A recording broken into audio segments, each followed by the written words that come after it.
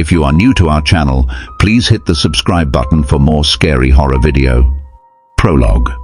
Upon a paper attached to the narrative which follows, Dr. Hecelius has written a rather elaborate note, one he accompanies with a reference to his essay on the strange subject that the manuscript illuminates. This mysterious subject, which he addresses in that essay with his usual learning, sharp insight, and a striking level of directness, will form but one volume in the series of that extraordinary man's collected papers. As I publish the case in this volume, aimed simply to intrigue the laity, I have chosen to withhold any summary of the learned doctor's reasoning or extracts from his statement. After much deliberation, I decided it best to avoid presenting his conclusions on a subject he describes as involving, not improbably, some of the profoundest mysteries of our dual existence and its intermediates. I was, I admit, quite eager upon discovering this paper to reopen the correspondence started by Dr. Hecelius so many years ago with a person as clever and meticulous as his informant must have been. But alas, to my great regret, I found that she had died in the interim. She, quite possibly, could have added little more to the narrative she shares in the following pages, which, so far as I can ascertain, she recounts with remarkable conscientiousness. Chapter 1. An Early Fright.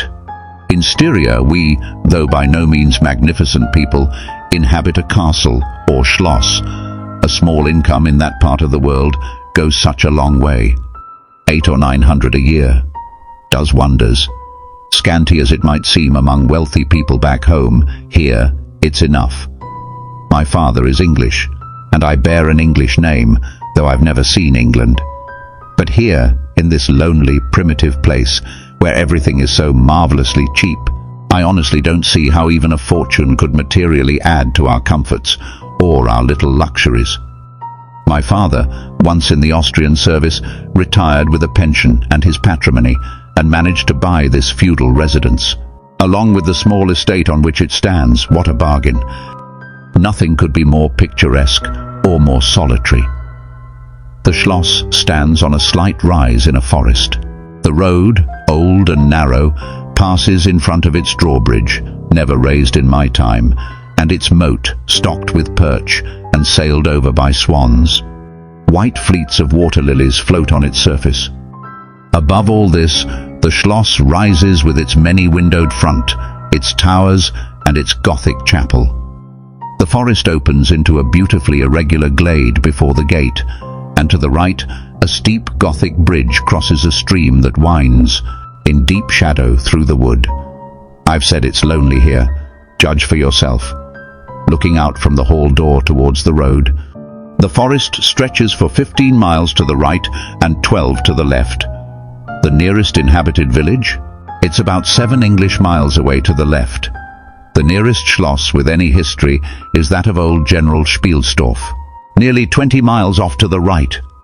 I say the nearest inhabited village because only 3 miles westward, in the direction of General Spielsdorf's schloss, there's a ruined village with a quaint little church, roofless now, its aisle lined with the crumbling tombs of the proud Karnstein family, now extinct, who once owned the desolate chateau that overlooks the silent ruins. As for the reason this place was abandoned, well, there's a legend, but I'll save that story for another time. Now, let me tell you just how small our little party is in this castle.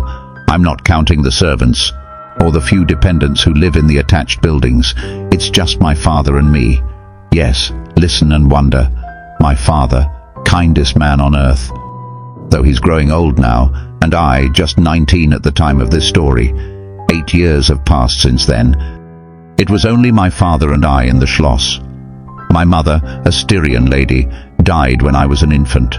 But I did have a good-natured governess, who had been with me since forever it seems.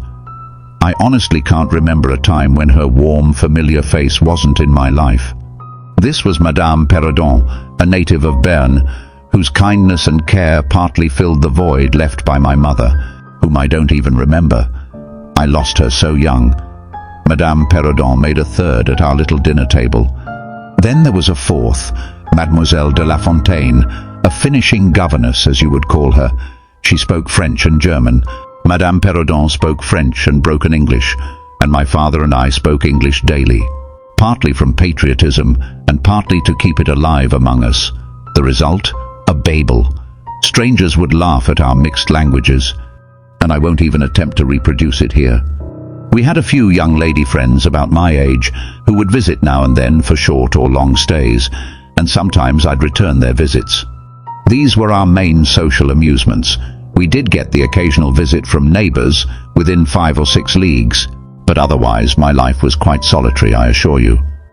My governesses had just as much control over me as you might imagine 2 sage ladies would have over a rather spoiled girl, whose only parent, my father, allowed her own way in most things. The first incident that made a lasting impression on me happened when I was very young. Some might think it trivial, but you'll see why I mention it. The nursery, which I had to myself, was a large room on the top floor of the castle, with a steep oak roof. I couldn't have been more than 6 years old when, one night, I woke up and looked around but didn't see the nursery maid. My nurse was gone too. I thought I was alone. Now I wasn't scared. I was a happy child, shielded from ghost stories, fairy tales, and all that would make others cover their heads at a creak or the shadow of a dancing candle. But I was insulted.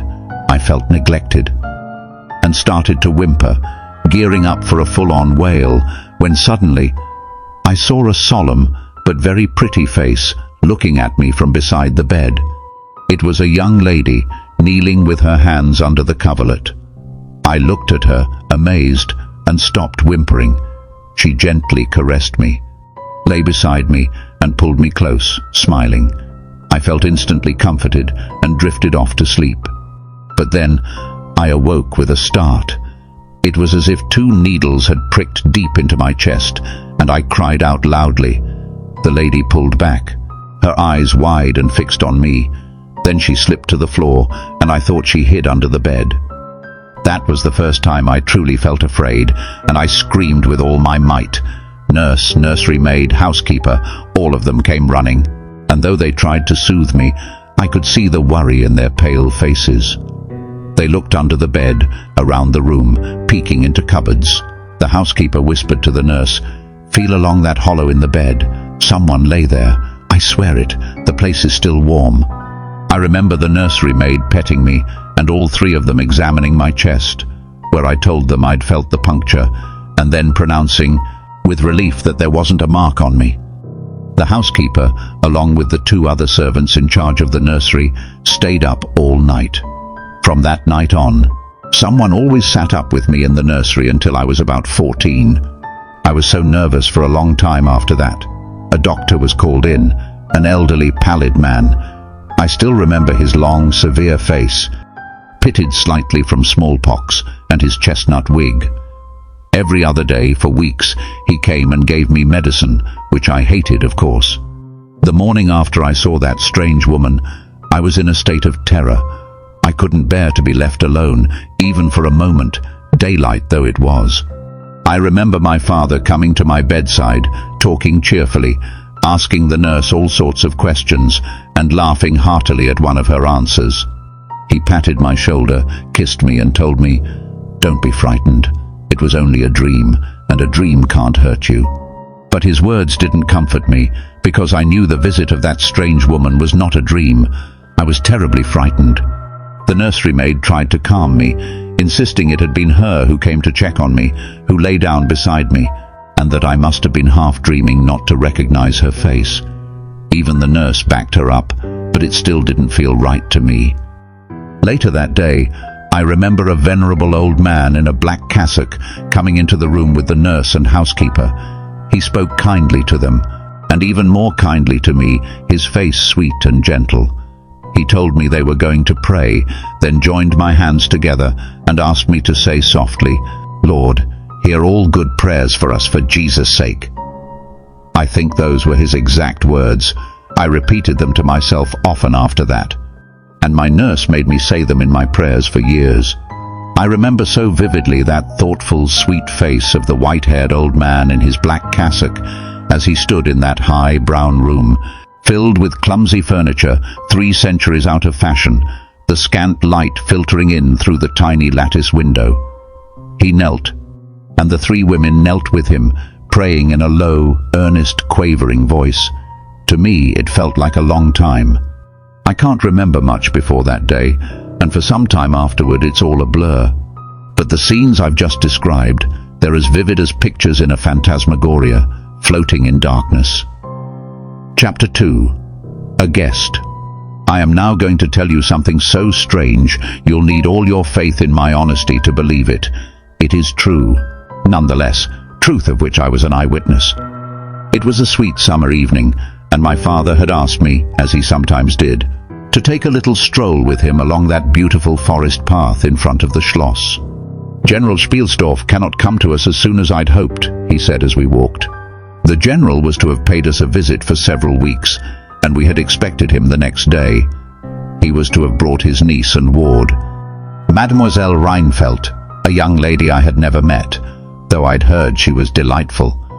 I had promised myself many happy days in her company, and I was more disappointed than anyone living in a town or a busy neighborhood could imagine. This visit, this new acquaintance, had filled my daydreams for weeks. "And how soon does he come?" I asked, feeling hopeful. "Not until autumn. Not for 2 months, I'd say," he replied. "And now, my dear, I'm glad you never met Mademoiselle Reinfeldt." "And why?" I asked, feeling both disappointed and curious. "Because the poor young lady is dead," he answered quietly. "I forgot I hadn't told you. You weren't in the room when I received the General's letter this evening." I was shocked. The General had mentioned in his first letter, 6 or 7 weeks ago, that she wasn't quite as well as he wished, but he'd given no hint of any real danger. "Here is the General's letter," he said, handing it to me. "I'm afraid he's in great sorrow. The letter seems almost written in desperation." We sat down on a rough bench under a group of grand lime trees. The sun was setting with a soft, melancholy beauty behind the horizon, and the stream that flows beside our home wound through noble trees almost at our feet, reflecting the fading crimson of the sky. General Spielsdorf's letter was so extraordinary, so intense and at times contradictory, that I read it twice. The second time, I read it aloud to my father, and I was still at a loss to understand it, except to think that grief had deeply unsettled his mind. It said, "I have lost my darling daughter, for I loved her as such. During the last days of dear Bertha's illness, I was unable to write to you. Before then, I had no idea of her danger.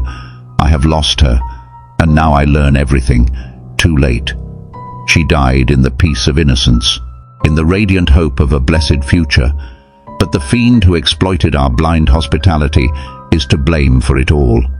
I thought I was welcoming innocence, joy, a charming friend for my beloved Bertha. Heavens, what a fool I have been! Thank God my child died without even suspecting the cause of her suffering. She has gone without a hint of the dreadful nature of her illness or the cursed passion of the monster behind it. I devote the rest of my days to hunting down and destroying this creature.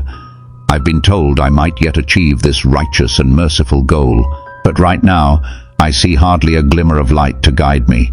I curse my proud skepticism, my foolish sense of superiority, my blindness, my stubbornness, all of it too late. I can barely think, let alone write or speak coherently. I am utterly distracted. Once I regain some composure, I plan to begin an investigation that may even take me to Vienna, sometime in the autumn, maybe 2 months from now, or sooner. If I survive, I will come to you, if you allow it. Then, I'll tell you everything that I hardly dare put to paper. Farewell. Pray for me. Dear friend." This was how the strange letter ended. Though I had never seen Bertha Reinfeldt, my eyes filled with tears at the news. I was both startled and profoundly saddened. The sun had now set, and twilight had come by the time I returned the General's letter to my father. It was a soft, clear evening, and we lingered there, pondering the possible meanings behind the violent, incoherent words I'd just read. We had nearly a mile to walk before reaching the road that passes in front of the Schloss, and by then the moon was shining brilliantly. At the drawbridge, we met Madame Perrodon and Mademoiselle de La Fontaine, who had come out without their bonnets to enjoy the exquisite moonlight. We heard their lively voices chatting as we approached. We joined them at the drawbridge, turning to admire the beautiful scene together. The glade through which we'd just walked lay spread before us. To the left, the narrow road wound under clusters of towering trees and vanished into the deep forest. To the right, it crossed the steep, picturesque bridge, near which stood an ancient ruined tower that once guarded the pass. Beyond the bridge, a wooded hill rose abruptly, its shadows revealing clusters of ivy-draped rocks. Over the grass and lowlands, a thin mist was creeping like smoke, casting a gentle veil over the distance. Here and there, we could see the river faintly glimmering in the moonlight. No softer, sweeter scene could be imagined.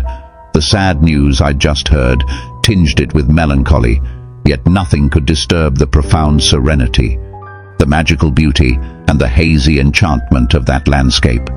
My father, who loved the picturesque, and I stood silently gazing over the vast moonlit scene before us.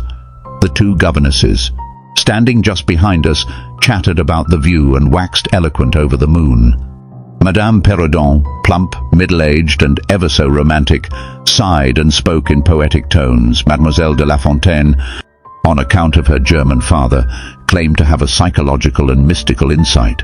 She now proclaimed that when the moon shone with such intensity, it was a sign of heightened spiritual activity. The effects of the full moon, she insisted, were many. It influenced dreams, stirred madness, disturbed sensitive people, and had remarkable physical effects tied to life itself.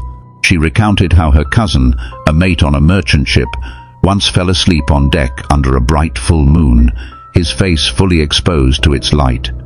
He awoke from a nightmare in which an old woman was clawing his cheek, only to find his features horribly twisted to one side. His face had never quite returned to normal. "The moon tonight," she declared, "is brimming with idyllic and magnetic energy. Just look. When you glance back at the front of the Schloss, all its windows gleam and twinkle in that silvery splendor, as if unseen hands had lit the rooms to welcome fairy guests. There are moments when, feeling too lazy to speak ourselves, we find pleasure simply in listening to others talk," and I continued gazing ahead, enjoying the lilt of their conversation. "I've fallen into one of my brooding moods tonight," my father said at last, breaking the silence. Quoting Shakespeare, who he would read aloud to us to keep up our English, he said, "In truth, I know not why I am so sad. It wearies me." You say it wearies you, but how I got it came by it. I forget the rest, but I feel as if some great misfortune were hanging over us. I suppose the poor general's sorrowful letter has something to do with it. At that very moment, the unusual sound of carriage wheels and many hooves on the road caught our attention. They seemed to be approaching from the high ground overlooking the bridge, and soon enough the carriage came into view. 2 horsemen crossed the bridge first, followed by a carriage drawn by 4 horses, with 2 more men riding behind. It looked like the traveling carriage of someone important, and we were all immediately drawn into watching this rare sight. Within moments, the scene became far more dramatic, for just as the carriage crested the steep bridge, one of the lead horses spooked, spreading panic to the rest. After a few wild plunges, the entire team broke into a frenzied gallop, dashing between the front horsemen and hurtling along the road toward us with hurricane-like speed. The tension was heightened by the piercing, drawn-out screams of a female voice from the carriage window. We all moved forward, equal parts horrified and curious, me silent, the others gasping in terror. Our suspense didn't last long. Just before reaching the castle drawbridge, there stands by the roadside a magnificent lime tree, and opposite it, an ancient stone cross. At the sight of these, the horses, now running at a terrifying speed, swerved sharply, causing one of the wheels to catch on the protruding roots of the tree. I knew what was about to happen. I covered my eyes, unable to watch, and turned my head away. At the same moment, I heard a cry from my companions, who had gone on a little ahead. Curiosity got the better of me, and I opened my eyes to see a scene of utter chaos. 2 horses were down, the carriage lay on its side, with 2 wheels in the air. The men were frantically freeing the traces, and a woman with a commanding presence had stepped out, her hands clasped. Dabbing her eyes with a handkerchief she clutched tightly. Through the carriage door they lifted a young lady who appeared lifeless. My dear father was already beside the older lady, hat in hand, offering his help and the resources of our Schloss. But the lady didn't seem to hear him, nor did she seem to notice anything but the slender girl who was being laid carefully against the grassy slope. I approached. The young lady appeared stunned, but she was certainly not dead. My father, who prided himself on being something of a physician, had just felt her wrist and assured the lady, who introduced herself as her mother, that her pulse, though faint and irregular, was still there. The lady clasped her hands and looked upward in a moment of heartfelt gratitude, but almost instantly she burst out again in a theatrical way, which I believe some people are simply born with. She was what one might call a fine-looking woman for her age. She must have been quite beautiful once. Tall, but not thin, dressed in black velvet. She looked pale yet dignified, with a proud, commanding face that was now filled with agitation. "Who was ever so cursed with calamity?" I heard her cry, hands clasped as I drew near. "Here I am, on a journey of life and death, where to lose an hour could mean losing everything. My child may not recover quickly enough to resume the journey. Who knows how long it will take? I must leave her. I dare not delay. How far, sir, is the nearest village? I must leave her there and won't see my darling, or even hear of her for 3 months. I tugged at my father's coat and whispered urgently, "Oh, Papa, please, ask her to let her stay with us. It would be so wonderful. Do, please." If Madame would entrust her child to the care of my daughter and her devoted governess, Madame Perrodon, and permit her to stay as our guest, it would be an honor and a pleasure. We will treat her with the utmost care and devotion that such a sacred trust deserves. "I cannot do that, sir. It would be to test your kindness and chivalry far too cruelly," the lady replied, clearly torn and distressed. "It would, on the contrary, be to confer upon us a great kindness at the moment when we need it most. My daughter has just suffered a cruel disappointment from a visit that she had long anticipated with such hope of happiness. If you entrust this young lady to our care, it will be the best consolation for her. The nearest village along your route is distant, and it offers no inn suitable for your daughter's accommodation. You cannot allow her to continue this journey for any considerable distance without risking her safety. If, as you say, you must proceed, you'll have to part with her tonight, and nowhere could you do so with more honest assurances of care and tenderness than here." There was something so distinguished in this lady's demeanor and appearance, so commanding and even imposing, and something so engaging in her manner, that it made a deep impression, apart from the dignity of her carriage, leaving me with the strong sense that she was a person of great consequence. By this time the carriage had been righted, and the horses, now quite manageable, were harnessed once more. The lady cast a glance at her daughter, which I couldn't help but feel was not as affectionate as one might expect after such an event. Then she made a slight gesture to my father, and they withdrew a few paces out of hearing. She spoke to him in a manner that was fixed and stern, completely unlike the engaging tone she had used earlier.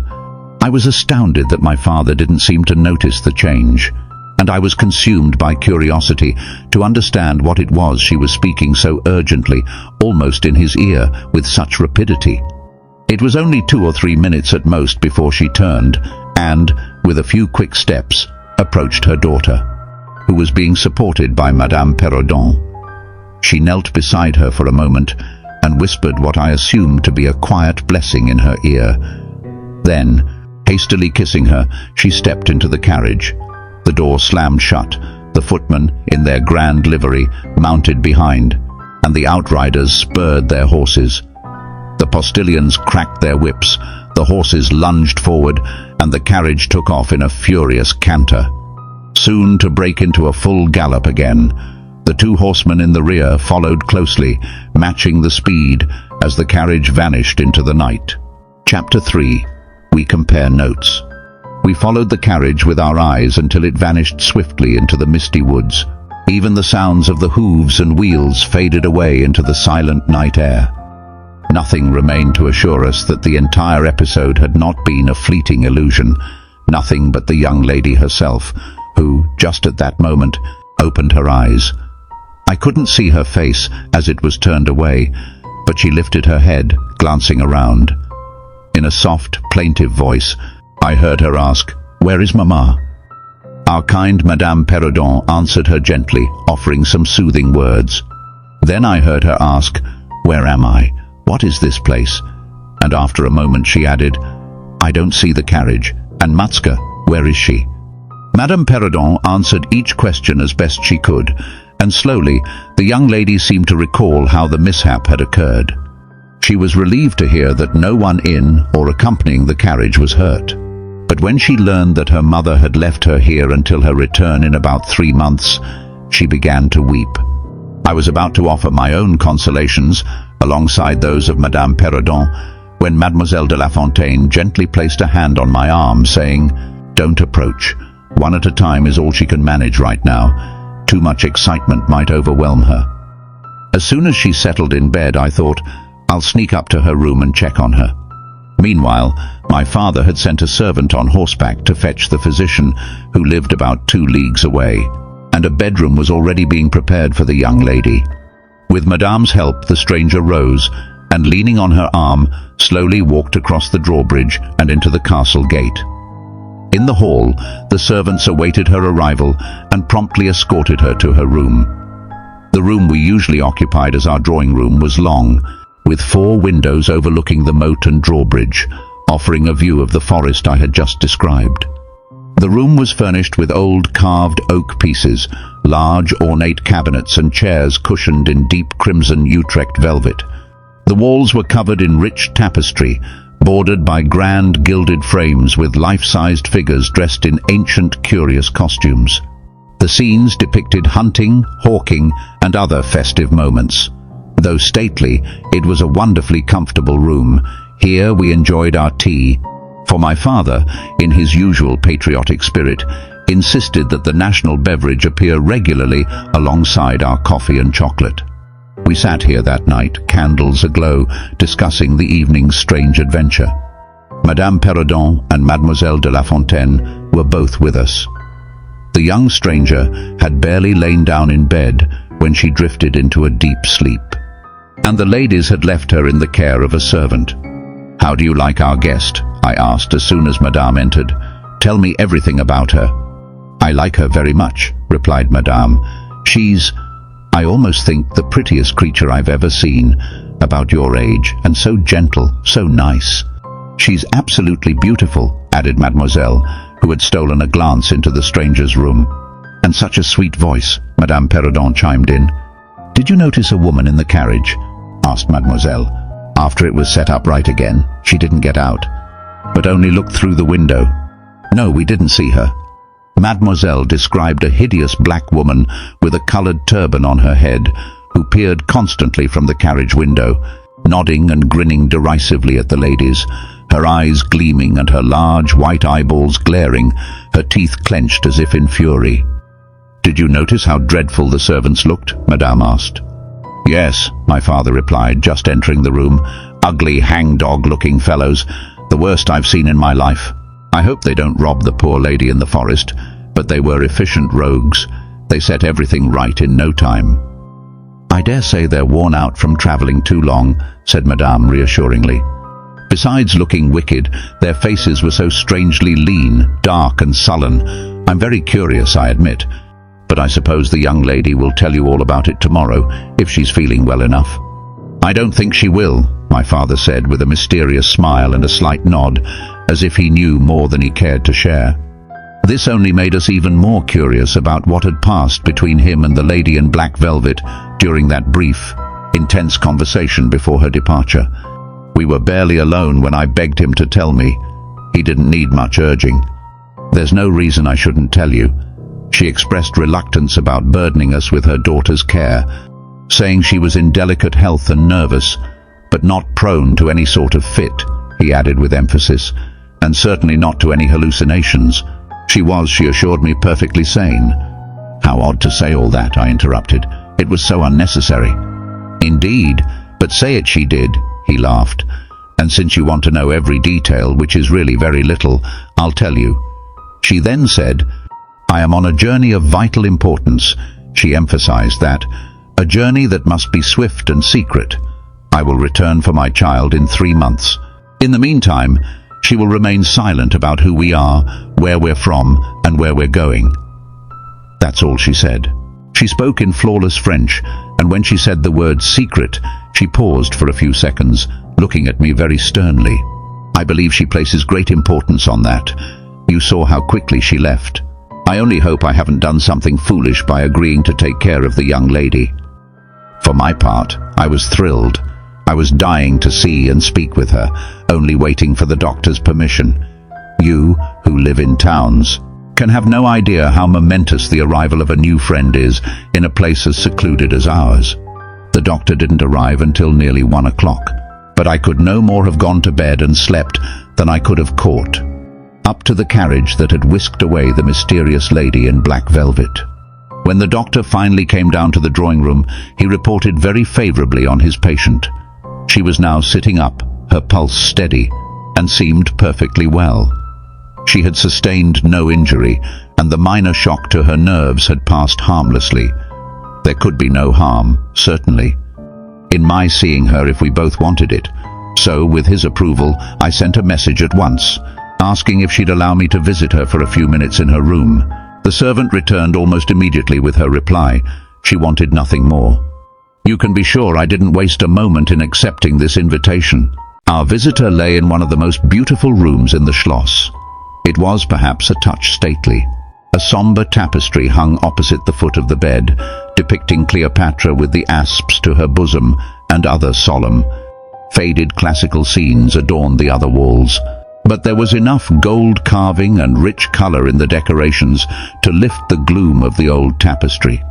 Candles burned beside her. She was sitting up, her slender, delicate figure wrapped in a soft silk dressing gown, embroidered with flowers and lined with thick, quilted silk. Her mother had draped it over her feet when she lay on the ground. What was it that, just as I reached the bedside and began my greeting, struck me silent in an instant, making me recoil a step or two? I'll tell you.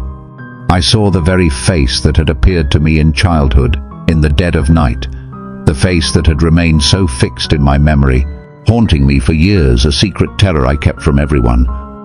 It was pretty, beautiful even, and when I first looked at it, it wore the same sad expression. But then, almost at once, that expression changed.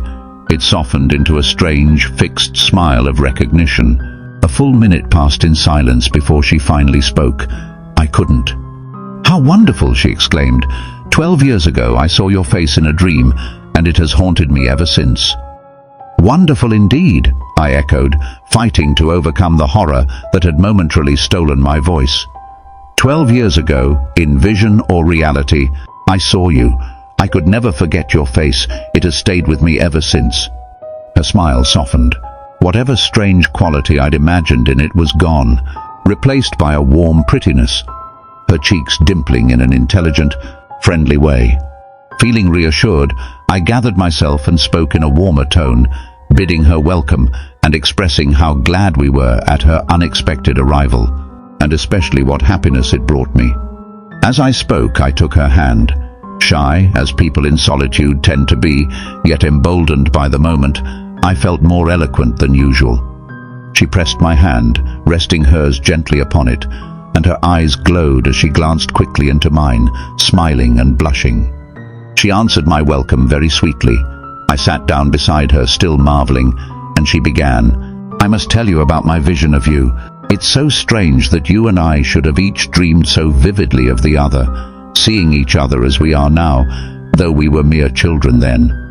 I was about 6 years old, and I awoke from a confused, troubling dream to find myself in a room, unlike my nursery. The walls were dark wood, wainscoted clumsily, with cupboards, bedsteads, chairs and benches scattered about. I thought the beds were all empty, and the room itself felt deserted, with no one there but myself. After looking around for a while, and especially admiring an iron candlestick with 2 branches, which I'm sure I would recognize even now, I crept under one of the beds to reach the window. But as I was getting out from under it, I heard someone crying. I looked up, still on my knees, and I saw you, certainly you, just as I see you now. You were a beautiful young lady, with golden hair, large blue eyes and lips, your lips exactly as they are here. Your looks drew me to you. I climbed onto the bed, wrapped my arms around you, and I think we both fell asleep. Suddenly, I was startled awake by a scream. You were sitting up, screaming. I was terrified, slipped down to the ground, and it felt as though I lost consciousness for a moment. When I came to, I was back in my nursery at home. But your face, I've never forgotten it. I couldn't mistake it, not just for a resemblance. You are the lady I saw then. It was now my turn to share my vision, which I did, to the open wonder of my new acquaintance. I don't know which of us should be more afraid of the other, she said, smiling again. If you were any less beautiful, I think I would be quite afraid of you, but as it is, and given that we're both so young, I feel as though I made your acquaintance 12 years ago and already have a right to your friendship. It feels as if we were destined from our earliest days to be friends. Do you feel as strangely drawn to me as I do to you? I've never had a friend. Will I find one now? She sighed, and her dark eyes looked at me with a passionate intensity. The truth is, I felt something inexplicable toward this beautiful stranger. I did feel, as she said, drawn to her, and yet there was also a faint sense of repulsion. But in this ambiguous feeling, the pull of attraction was immensely stronger. She captivated me. She was so lovely and so indescribably charming. I noticed a hint of languor and exhaustion beginning to settle over her, so I hurried to bid her good night. The doctor thinks, I added, that you should have a maid sit up with you tonight. One of ours is waiting, and she's very capable and quiet. How kind of you, but I couldn't possibly sleep with someone in the room.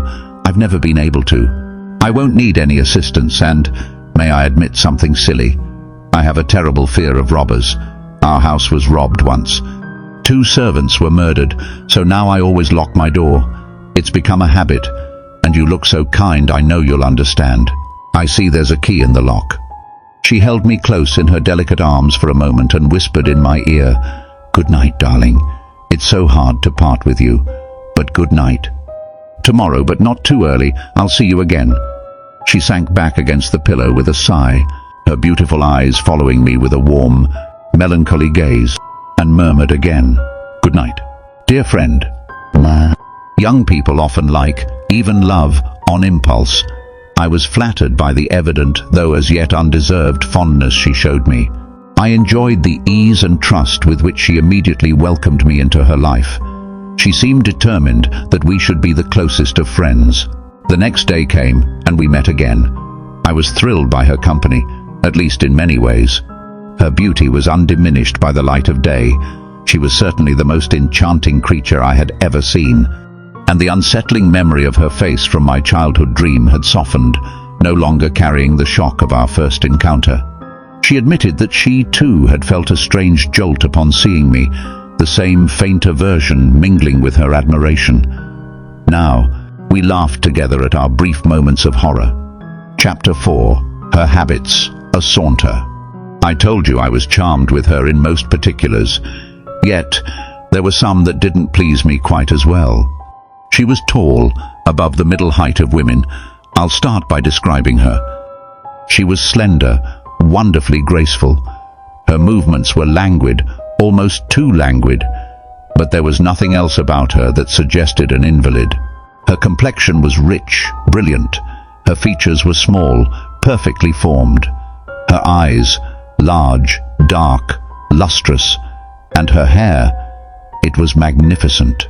I'd never seen hair so thick, so long. When it tumbled around her shoulders, I often found myself placing my hands beneath it, laughing in astonishment at its weight. It was exquisitely fine, soft, a rich dark brown with a hint of gold. I loved letting it down, watching it tumble in its own weight as she lay back in her chair, her sweet, low voice filling the room. I used to braid it, fold it, spread it out. Heavens, if only I'd known. I did mention, though, that there were some things that didn't sit right.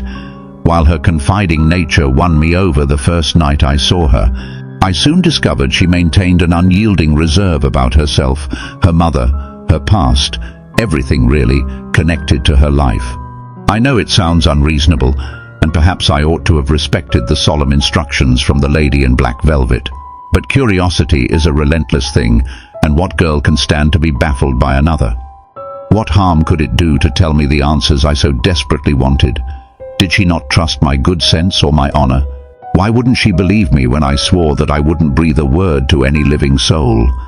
There was a coldness about her, beyond her years, in her melancholy smile and persistent refusals. I can't say we ever quarreled about it. She wouldn't quarrel over anything. I know it was unfair of me to press her, ill-bred, even, but I couldn't help it, and truthfully, I might just as well have left it alone. What she did tell me was summed up in 3 vague disclosures. First, her name was Carmilla. Second, her family was very ancient and noble. Third, her home was somewhere in the West. That was all. She wouldn't tell me her family's name, their coat of arms, their estate, or even which country they came from. Now, don't think I constantly pestered her. I'd wait for the right moment, hint rather than urge my questions. Once or twice, yes. I'd tried asking her outright, but no matter what approach I took, utter failure was the inevitable result. Reproaches, caresses, nothing moved her. But I must say this.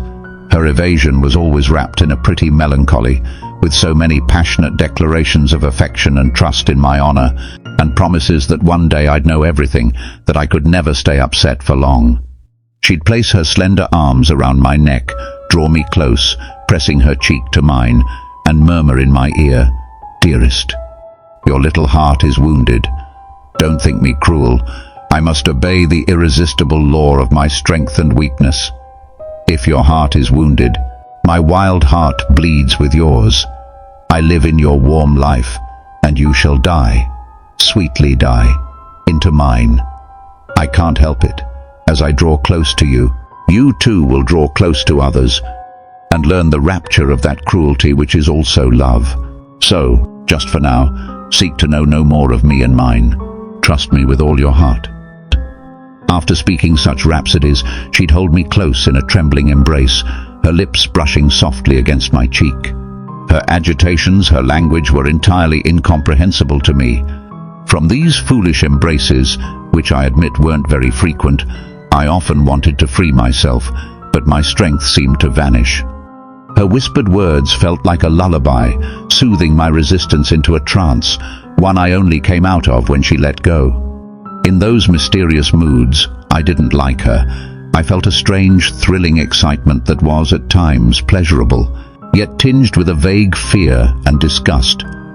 I had no clear thoughts about her in these moments, but I knew there was a love growing into adoration, mingled with a feeling of abhorrence.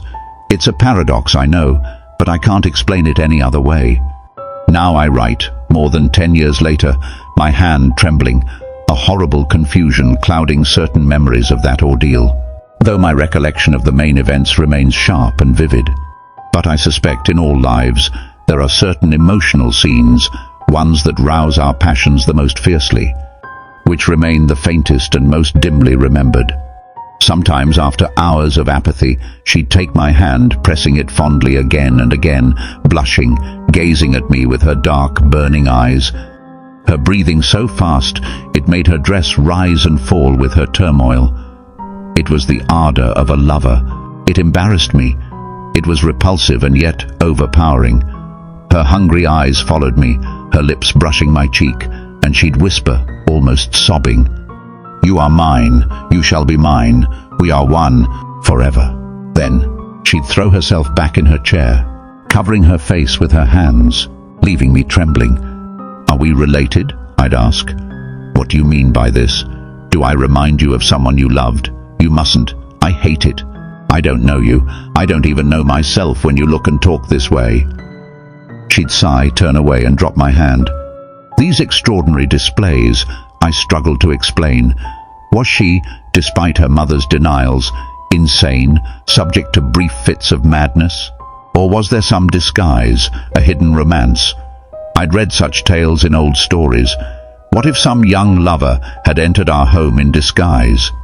Aided by a clever conspirator, it was a thrilling idea, one that flattered my vanity. But there were so many things that didn't fit. Between those passionate moments were long stretches of commonplace, of melancholy, during which, aside from her eyes, burning with some hidden fire, she seemed almost indifferent to me. Except in those strange moods, her ways were girlish, her languidness utterly incompatible with a man in disguise.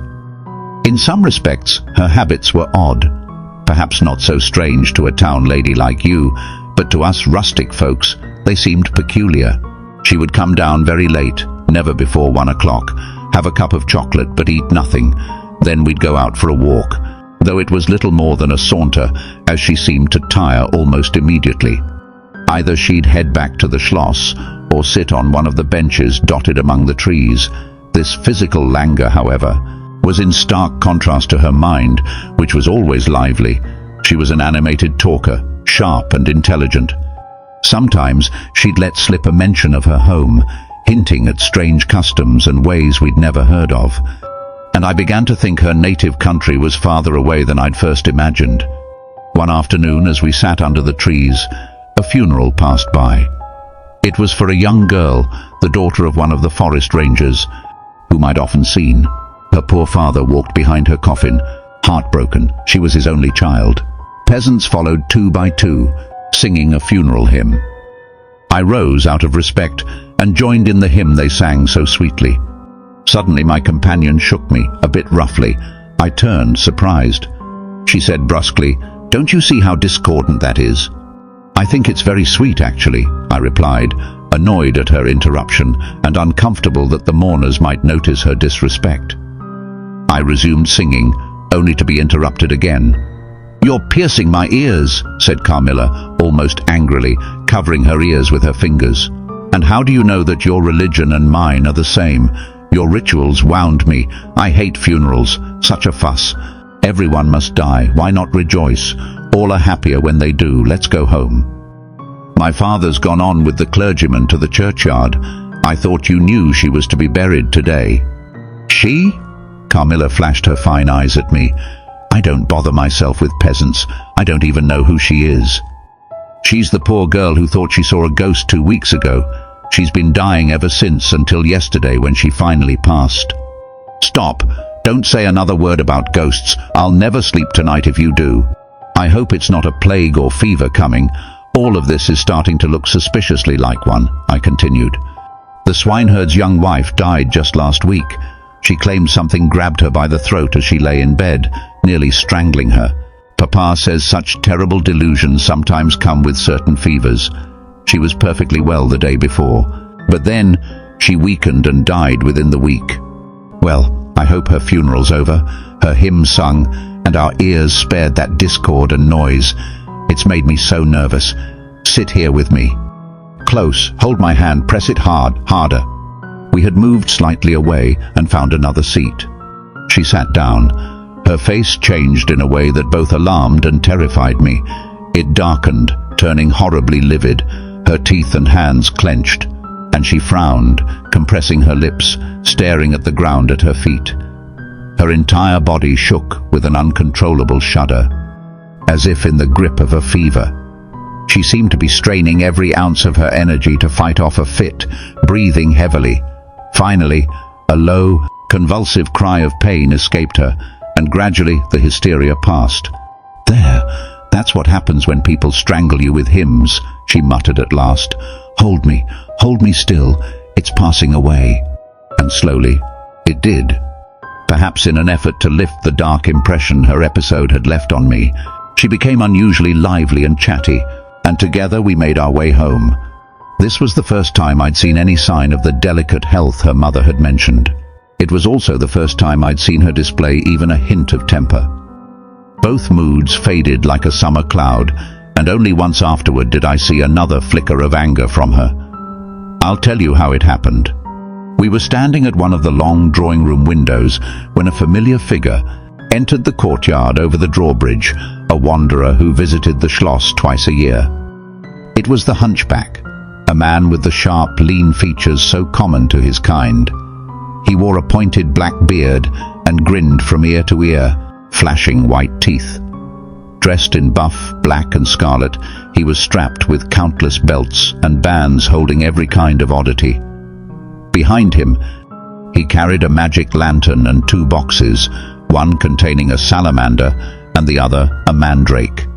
These bizarre creatures, made of dried, stitched together parts of monkeys, parrots, squirrels, fish and hedgehogs, always made my father laugh. He also carried a fiddle, a box of conjuring tricks, a pair of fencing foils with masks, several mysterious cases, and a black staff with copper ferrules.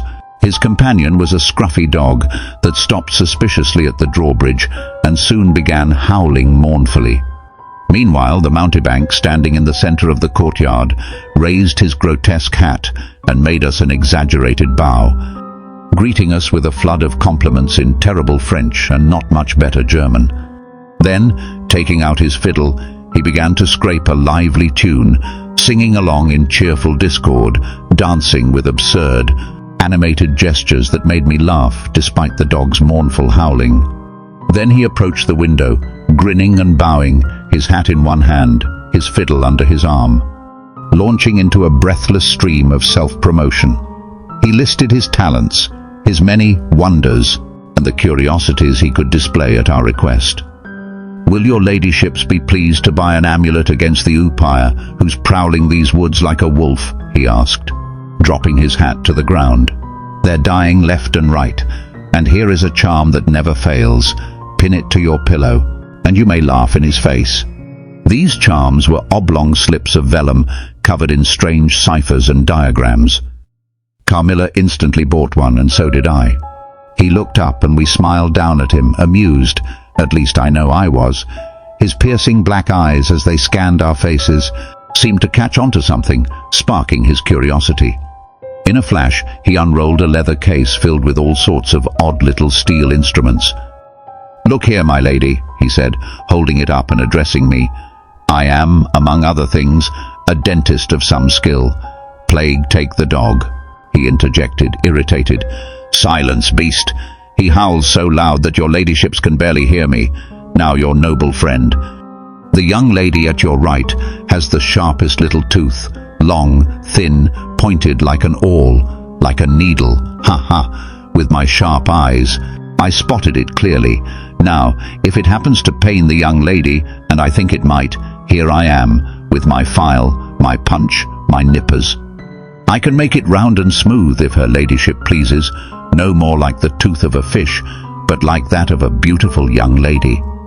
Hey, has the young lady taken offense? Have I been too bold?"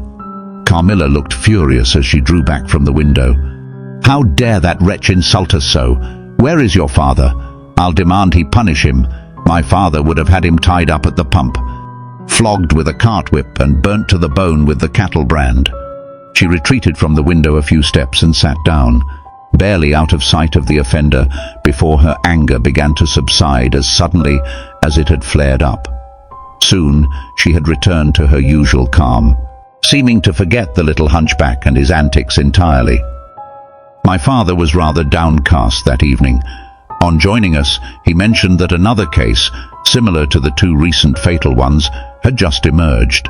The sister of a young peasant on his estate, only a mile away, had fallen gravely ill, reporting an attack much like the others, and now she was slowly but steadily fading.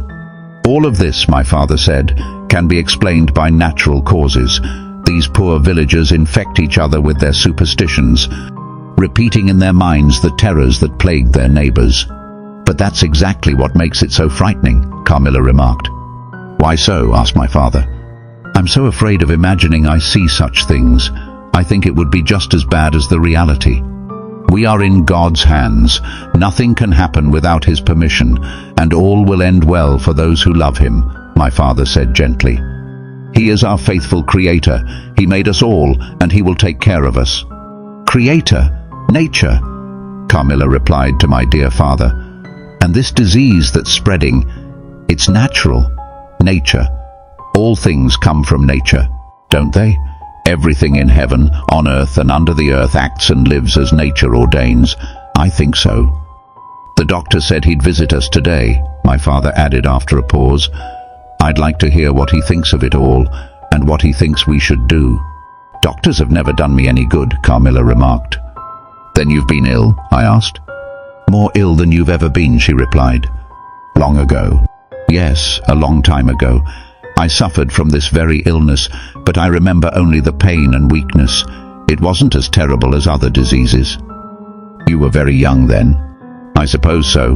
Let's talk no more of it. You wouldn't hurt a friend, would you? She looked softly into my eyes, wrapped her arm around my waist, and led me from the room.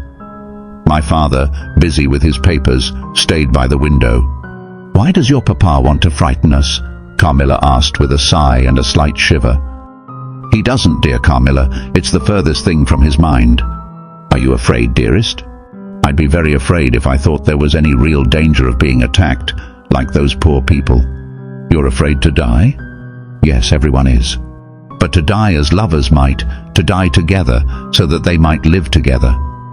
Girls are caterpillars while they live in the world, only to become butterflies when summer comes, but in the meantime, they're just grubs and larvae, don't you see? Each with their own little habits, needs and structure. So says Monsieur Buffon, in his big book in the other room. Later that day, the doctor arrived and had a private discussion with my father. He was a skilled man in his 60s with powdered hair and a face as smooth as a pumpkin. He and my father emerged from the study together, and I overheard my father laughing as they came out. Well, I'm surprised at a wise man like you. What do you make of hippogriffs and dragons? The doctor smiled, shaking his head. Life and death are mysterious states, after all, and we know very little of what either might contain. And with that, they walked on, and I heard no more. I didn't understand then what the doctor had been discussing with my father, but I believe I can guess now. Chapter 5. A Wonderful Lightness. This evening from Graz arrived the grave, dark-faced son of the picture cleaner, driving a horse and cart loaded with 2 large packing cases, each filled with many pictures.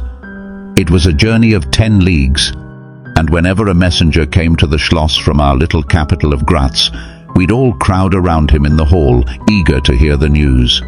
This arrival caused quite a stir in our secluded household. The cases remained in the hall while the messenger was taken in hand by the servants until he'd finished his supper. Then, with helpers, and armed with hammer, chisel and screwdriver, he joined us in the hall where we'd gathered to watch the unpacking. Carmilla sat listlessly by as one by one the old pictures, mostly portraits freshly renovated, were revealed. My mother came from an old Hungarian family, and many of these pictures, which were to be restored to their places, had come to us through her.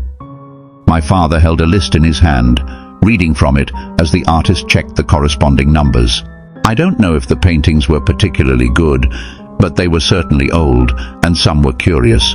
Many of them, under the smoke and dust of time, had nearly vanished from sight. There's one picture I haven't seen yet, my father said. In the top corner there's a name, Marcia Karnstein, and a date, 1698. I'm curious to see how it turned out. I remembered the picture, a small, nearly square one without a frame, so blackened by age I'd never made it out. The artist now produced it with clear pride. It was beautiful, even startling. It seemed alive, and it was Carmilla's likeness, down to the smallest detail. Carmilla, dear, here you are, living, smiling, ready to speak in this picture. Isn't it beautiful, Papa? Look, even the little mole on her throat. My father chuckled, saying, It certainly is a remarkable likeness, but he seemed hardly surprised and went back to talking to the picture cleaner, who was describing his work. Meanwhile, I found myself more and more fascinated as I studied the picture. May I hang this in my room, Papa? I asked. Of course, dear, he said, smiling. I'm glad you find it so like. It must be prettier than I thought if it is. Carmilla didn't acknowledge his compliment. She didn't even seem to hear it. She was leaning back, her eyes gazing at me under long lashes, and she smiled in what looked like rapture. And now you can read the name in the corner. It's not Marcia. It's Mircalla, Countess Karnstein. And look, there's a coronet above it, dated AD 1698. I'm descended from the Karnsteins, you know. Mama was. Ah, Carmilla said languidly. So am I think, very distantly. The Karnsteins are ancient. Are there any still living? None who bear the name, I replied. The family was ruined long ago, but the castle ruins are only 3 miles away. How interesting, she murmured, looking through the open hall door at the moonlight. Shall we take a little stroll around the court? Look down at the road and the river. It's just like the night you arrived, I said. She sighed, smiling. She rose, and with our arms around each other's waists, we walked onto the pavement. In silence, we strolled to the drawbridge, where the beautiful landscape unfolded before us. So you were thinking of the night I arrived, she whispered. Are you glad I came? Delighted, dear Carmilla, I replied. And you asked for the picture you say is like me, to hang in your room, she murmured, drawing me closer, resting her head on my shoulder with a sigh. How romantic you are, Carmilla, I said. Whenever you tell me your story, I know it will be some great romance. She kissed me, saying nothing. Carmilla, I'm sure you've been in love, that there's an affair of the heart happening even now. She whispered, I've never loved anyone, and I never shall, unless it's you. How beautiful she looked in the moonlight. With a shy, strange look, she quickly buried her face in my neck and hair, sighing deeply, almost sobbing, pressing my hand, which trembled in hers. Her cheek, warm against mine, glowed. Darling, darling, she murmured, I live in you, and you would die for me. I love you so. I pulled back, startled. She was looking at me, but her eyes now seemed empty, her face colorless, apathetic. Is it cold out here? She asked drowsily. I'm almost shivering. Have I been dreaming? Let's go in. Come, come. You look ill, Carmilla, a little faint. You should have some wine, I urged. Yes, I will. I'm better now. I'll be fine in a few minutes. Yes, please, a little wine, she answered as we approached the door. Look at the moonlight one last time. It may be the last time I see it with you. How do you feel now, dear Carmilla? Are you really better? I asked, worried she might have caught the strange illness spreading through the country. Papa would be so grieved, I added, if he thought you were unwell and didn't tell us. We have an excellent doctor nearby.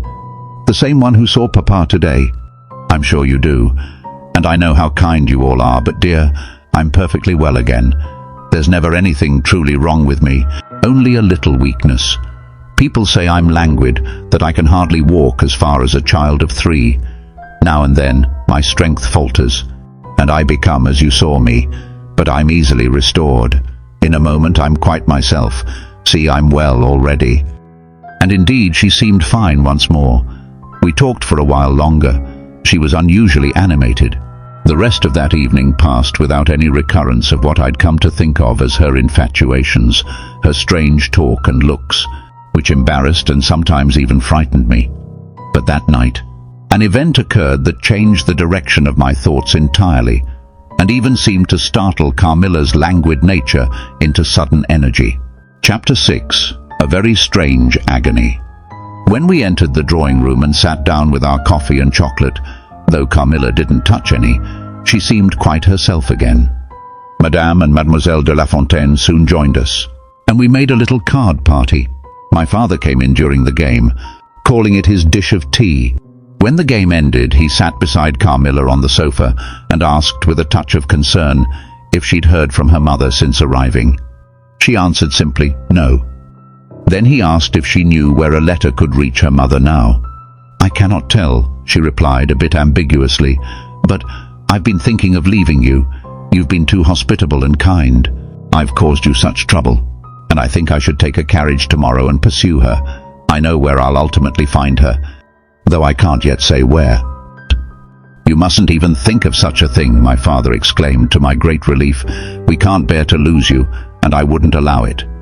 Unless under your mother's care, who graciously allowed you to stay here until her return. I'd feel so much easier if you had heard from her. But tonight, the reports of this mysterious illness spreading in the area are even more alarming, and I feel the responsibility, my dear guest, very much. Still, you mustn't think of leaving us without her explicit direction. We'd suffer too much to part with you so easily. "Thank you, sir, 1,000 times for your hospitality," she said with a bashful smile. "You've all been too kind. I've rarely felt so happy as I have here, in your beautiful chateau, under your care, and in the company of your dear daughter." With a smile, my father gallantly kissed her hand, clearly pleased by her little speech. As usual, I accompanied Carmilla to her room, chatting as she prepared for bed. "Do you think," I asked at last, "that you'll ever fully confide in me?" She turned to me with a smile but gave no answer, only continuing to smile. "You won't answer," I said. "Or maybe you can't. I probably shouldn't have asked." "No, you were right to ask anything you wish," she replied. "You have no idea how dear you are to me, or else you'd never think any confidence too great to share. But I'm under vows, more binding than a nun's, and I dare not tell my story just yet, not even to you. The time is close when you'll know everything. You'll think me cruel, selfish, but love is selfish. The more passionate, the more possessive.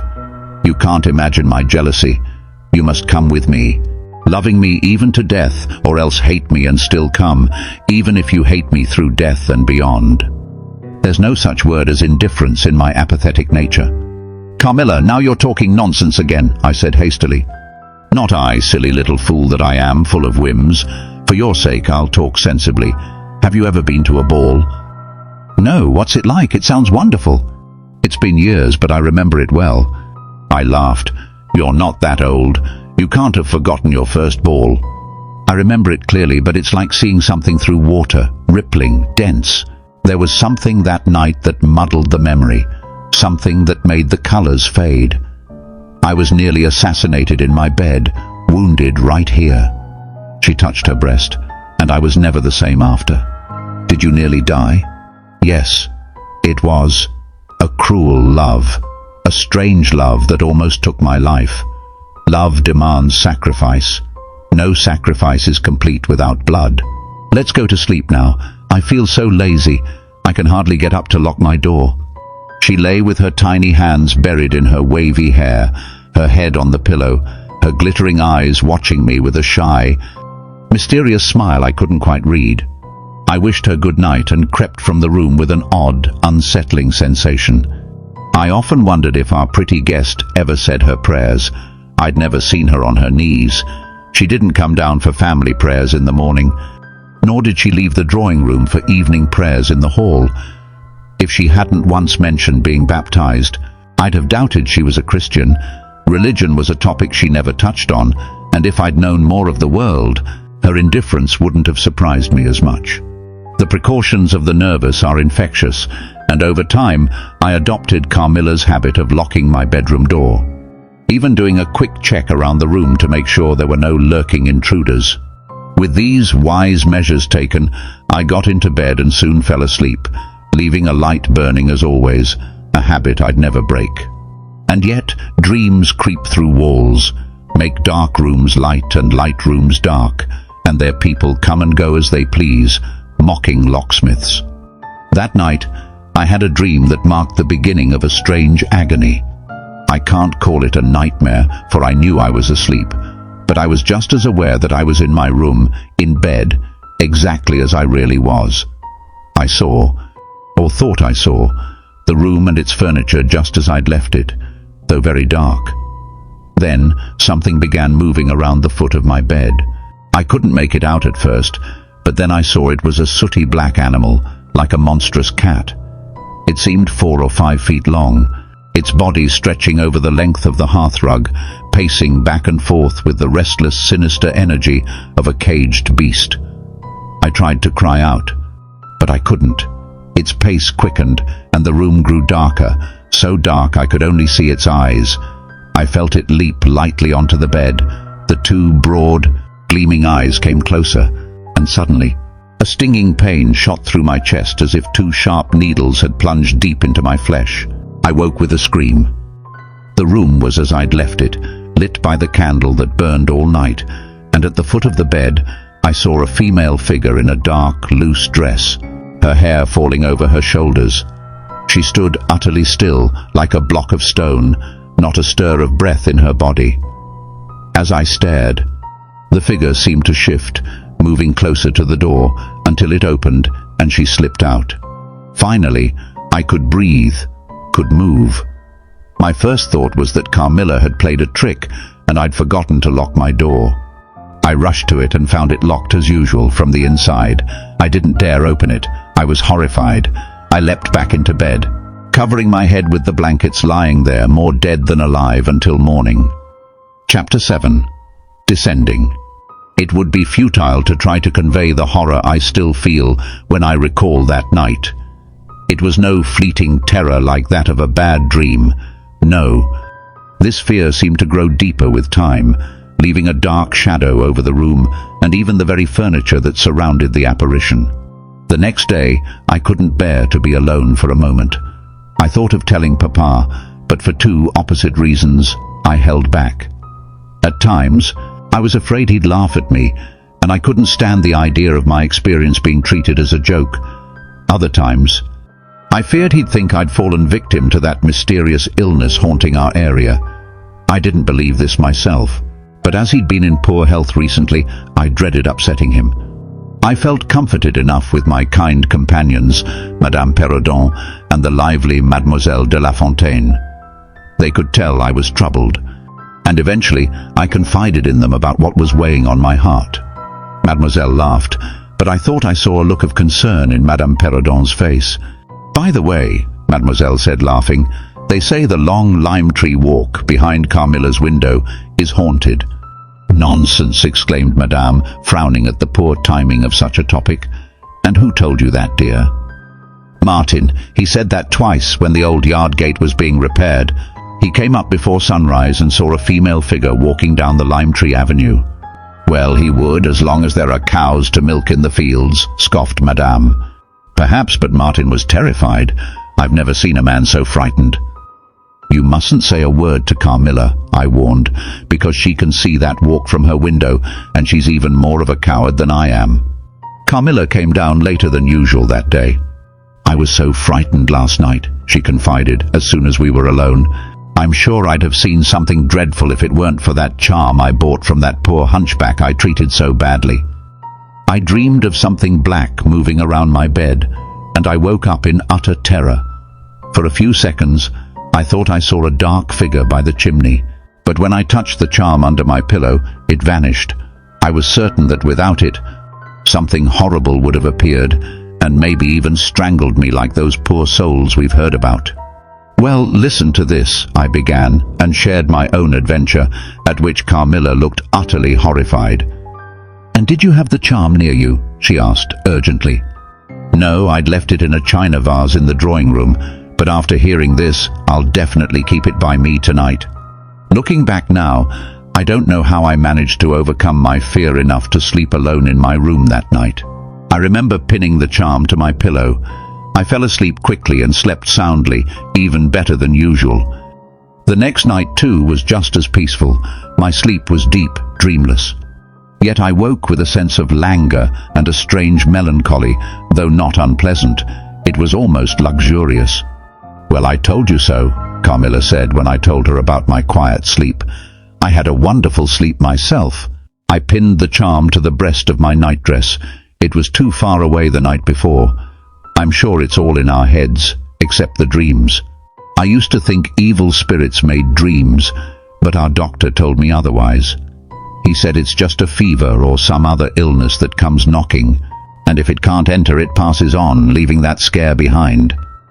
"And what do you think the charm actually is?" I asked. "Oh, it's probably been treated with some antidote to ward off malaria," she replied. "So it acts only on the body?" "Certainly. Do you really think evil spirits would be frightened by a piece of ribbon or something from a druggist's shop? No. No, illnesses begin by affecting the nerves and the brain, but before they can take hold, the antidote repels them. That's all it is. Nothing magical." I tried to believe her, and the fear began to lose its grip on me. For the next few nights I slept soundly, yet each morning I woke with the same lassitude, and a deep melancholy hung over me all day. I felt like a different person. A strange, sweet sadness filled me, and I began to have faint thoughts of death, as though I was slowly sinking. If it was sorrow, it was also sweet. Whatever it was, my soul didn't resist. I didn't want to admit to being ill, nor did I wish to alarm Papa or call for a doctor. Carmilla grew more devoted to me than ever, her strange moments of adoration growing more frequent. She'd gaze at me with intense longing as my strength and spirits waned.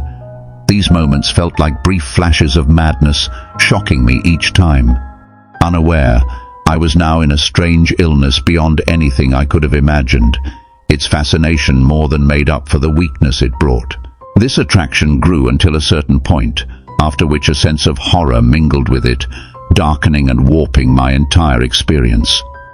The first changes were almost pleasant, but soon I began to feel strange sensations in my sleep, a peculiar, cold thrill, like moving against a river's current. Then came the dreams, endless and so vague I could barely remember them, though they left a terrible impression and a sense of exhaustion, as if I'd undergone a long, dangerous ordeal. After each dream, I'd wake with a memory of being in a place almost dark, speaking to unseen people, especially one deep, distant female voice that filled me with an indescribable fear. Sometimes, I'd feel a soft hand trace along my cheek and neck. Other times, warm lips pressing to my throat, longer, deeper, until my heart raced and my breath grew fast. A sense of suffocation would build, turning to a dreadful convulsion as I lost consciousness. 3 weeks had passed since this strange torment began. In the last week, my suffering showed on my face. I'd grown pale, my eyes were darkened beneath, and the languor I'd felt began to show. My father asked often if I was ill, but with an unexplainable obstinacy, I kept insisting I was fine. In some ways, this was true. I felt no pain, no physical ailment. My malady seemed rooted in the imagination, or nerves, and as horrible as it was, I kept it all to myself. Surely it couldn't be that dreadful disease, the upire, for those afflicted were rarely ill for more than 3 days before death claimed them. Carmilla mentioned dreams and feverish sensations, but they weren't nearly as alarming as mine. Had I understood my condition, I would have begged for help, but an unknown influence numbed my senses, leaving me unaware. Now I'll tell you of a dream that led to a strange discovery. One night, instead of the usual voice in the darkness, I heard a different one, sweet, tender, yet terrible, whispering, "Your mother warns you, beware the assassin." Suddenly, a light flared up, and I saw Carmilla standing at the foot of my bed, dressed in white, her body bathed in a stain of blood. I woke with a scream, filled with the single thought that Carmilla was being murdered. I remember leaping from my bed, and the next thing I knew, I was in the hall crying for help. Madame and Mademoiselle came rushing out in alarm. A lamp was always kept burning in the hall, and when they saw me, they quickly learned what had terrified me. I insisted we knock on Carmilla's door, but there was no answer. Our knocking grew frantic, louder. We shouted her name, but silence. Frightened, we hurried back to my room, where we rang the bell desperately. Had my father's room been nearer, we'd have called him, but he was too far away, and none of us had the courage to go. The servants soon came running up, and by then we had all thrown on dressing gowns. Hearing the voices of the servants outside, we ventured back to Carmilla's door. After more useless knocking, I ordered the men to break the lock. They did, and we stood, lamps held high, staring into her room. We called her name, but still, no answer. We searched the room. Everything was undisturbed, exactly as I'd left it when I bid her good night. But Carmilla was gone. Chapter 8. Search. At the sight of the room, perfectly undisturbed except for our forceful entry, we began to calm down and soon regained enough sense to dismiss the men. Mademoiselle had a thought. Perhaps Carmilla had been woken by the commotion at her door and, in her initial panic, had leapt from her bed to hide in a press or behind a curtain, unable to emerge until the major domo and his attendants left. We resumed our search and called her name again. It was all in vain. Our confusion and worry grew. We checked the windows, but they were secure. I begged Carmilla, if she was hiding, to stop playing this cruel trick and relieve our fears. Still, nothing. By now, I was certain she was not in the room, nor in the dressing room. the door of which was still locked on our side. She couldn't have passed through it. I was completely baffled. Had Carmilla found one of those hidden passages the old housekeeper claimed existed in the Schloss, though the exact locations had been lost to time? Perhaps a little more time would clarify everything, though for now we were utterly perplexed. It was past 4 o'clock, and I chose to spend the remaining hours of darkness in Madame's room. Daylight brought no answers. By morning, the entire household, led by my father, was in a state of agitation. Every part of the chateau was searched, and the grounds were scoured. No trace of the missing young lady could be found. They were even preparing to drag the stream. My father was frantic, dreading the story he might have to tell the poor girl's mother upon her return. I, too, was almost out of my mind, though my grief was different. The morning passed in a whirlwind of fear and chaos. By 1 o'clock, there was still no news. I ran up to Carmilla's room and, to my astonishment, found her standing at her dressing table. I could scarcely believe my eyes. She beckoned me silently with her delicate finger, her face pale with fear. I ran to her, overjoyed, and kissed and embraced her again and again. I rushed to the bell and rang it fervently to summon others, desperate to relieve my father's anxiety. "Dear Carmilla, where have you been all this time? We've been in agony over you," I cried. "What happened? How did you come back?" "Last night was a night of wonders," she replied. "For mercy's sake, explain what you can." It was past 2 when I went to sleep in my bed as usual, with both doors, of the dressing room and the gallery, locked.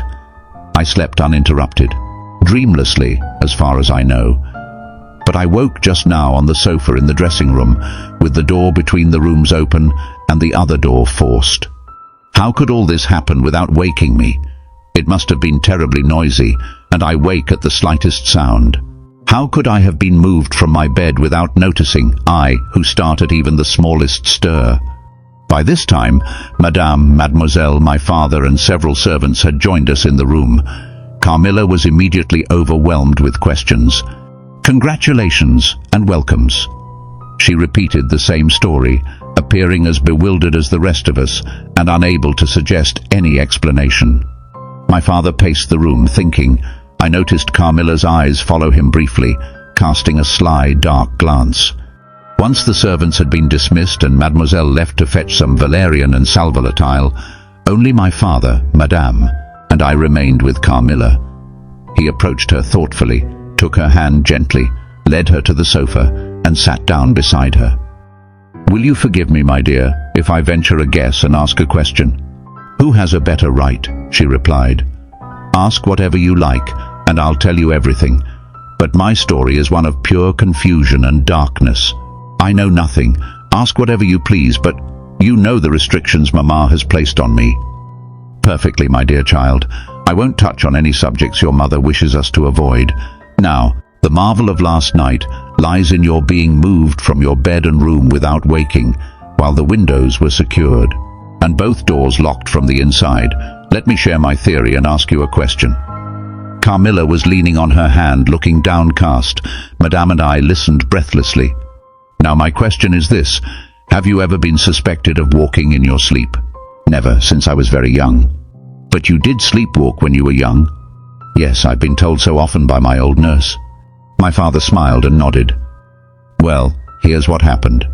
You got up in your sleep, unlocked the door, this time not leaving the key in the lock as usual, but taking it out, locking the door from the outside. You then took the key and carried it to one of the 25 rooms on this floor, or perhaps even to a room upstairs or downstairs. There are so many rooms, closets, and hidden places in this old house that it would take a week to search it all thoroughly. Do you see what I mean?" "I do, but not entirely," she replied. "And Papa, how do you explain her finding herself on the sofa in the dressing room, which we had searched so carefully?" "She wandered there after you'd searched, still in her sleep, and eventually woke up, as surprised to find herself there as anyone else. I wish all mysteries were as easily and innocently explained as yours, Carmilla," he said with a laugh.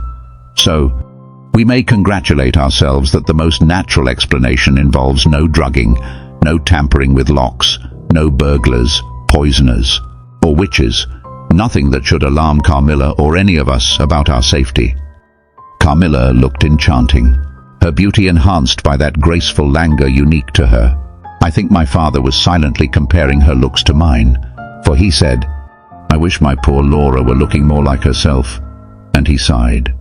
Thus our alarms were happily put to rest, and Carmilla was restored to her friends. Chapter 9. The Doctor. Since Carmilla wouldn't agree to an attendant sleeping in her room, my father arranged for a servant to sleep outside her door to ensure she wouldn't make another such excursion without being stopped at the threshold. The night passed quietly, and early the next morning, a doctor, whom my father had called without telling me, arrived to examine me. Madame accompanied me to the library, where the grave little white-haired doctor, whom I had mentioned before, was waiting to see me. I told him my story, and as I spoke his expression grew increasingly grave. We were standing in the recess of one of the windows, facing each other. When I finished, he leaned back against the wall, fixing his gaze on me with an intensity that carried a hint of horror. After a moment's thought, he asked Madame if he could speak to my father. Papa was called in, and as he entered, smiling, he said, "I dare say, Doctor, you're about to tell me I'm a fool for calling you here. I hope you are." But his smile faded as the doctor, with a very serious expression, motioned for him to come over. They spoke together in low tones for some time in the same window recess. Madame and I stood across the room, filled with curiosity, but we couldn't hear a word. They kept their voices low, and the deep window recess, with its thick walls, created a kind of closet that muffled all sound. All we could see were glimpses of my father's foot, arm and shoulder. After a while my father's face turned towards us, pale and thoughtful, agitated, I thought. "Laura, dear, come here for a moment. Madame, you needn't stay just now. The doctor says it's not necessary." Feeling a bit alarmed, I approached, though I didn't feel sick. Surely, I thought, strength is something you can recover when you please. My father reached out his hand to me, still looking at the doctor, and said, "It is very strange. I don't fully understand it. Laura, come here, dear, and pay attention to Dr. Spielsberg. Now, you mentioned a sensation like 2 needles piercing your neck, somewhere near the throat, on the night of your first terrible dream. Is there still any soreness?" "None at all," I replied. "Can you point to where you felt it?" "A little below my throat, here," I said. I wore a morning dress which covered the spot I indicated. "Now, just to be sure," said the doctor, "you won't mind if your father lowers your collar a little. It's necessary to see if there's any sign of the condition you've been describing." I nodded. It was only an inch or 2 below my collar. "My God, so it is," my father exclaimed, going pale. "You see it with your own eyes," the doctor said with a grim satisfaction. "What is it?" I asked, frightened. "Nothing serious, my dear," replied the doctor calmly. "Just a small blue mark, about the size of the tip of your little finger. Now," he said, turning to my father, "the question is, what's the best course of action?" "Is there any danger?" I asked, trembling. "I trust not, my dear," the doctor reassured me. "I don't see why you shouldn't recover quickly. I don't see why you shouldn't begin improving right away. That was the point where you felt the sensation of strangulation, wasn't it?" "Yes," I replied. "And to the best of your recollection, that was also the center of that cold thrill, like the current of a cold stream you described?" "Yes, I think it was." "There, you see," he said, turning to my father. "Shall I explain to Madame?" "Certainly," said my father. He called Madame over. "I find Miss Laura here far from well. I don't believe it will amount to anything serious, but certain precautions must be taken. For now, Madame, please don't leave Miss Laura alone, not even for a moment. That's the only direction you need to follow at present.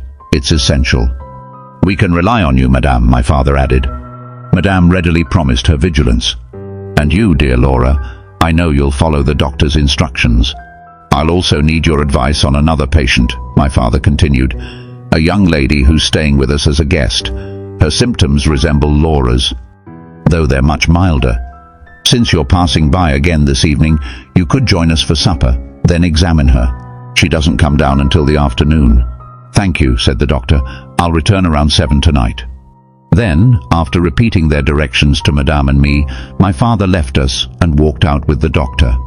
I watched them pacing up and down the grassy platform between the road and the moat in front of the castle, deeply engaged in conversation. The doctor did not return. I saw him mount his horse, bid farewell, and ride eastward into the forest.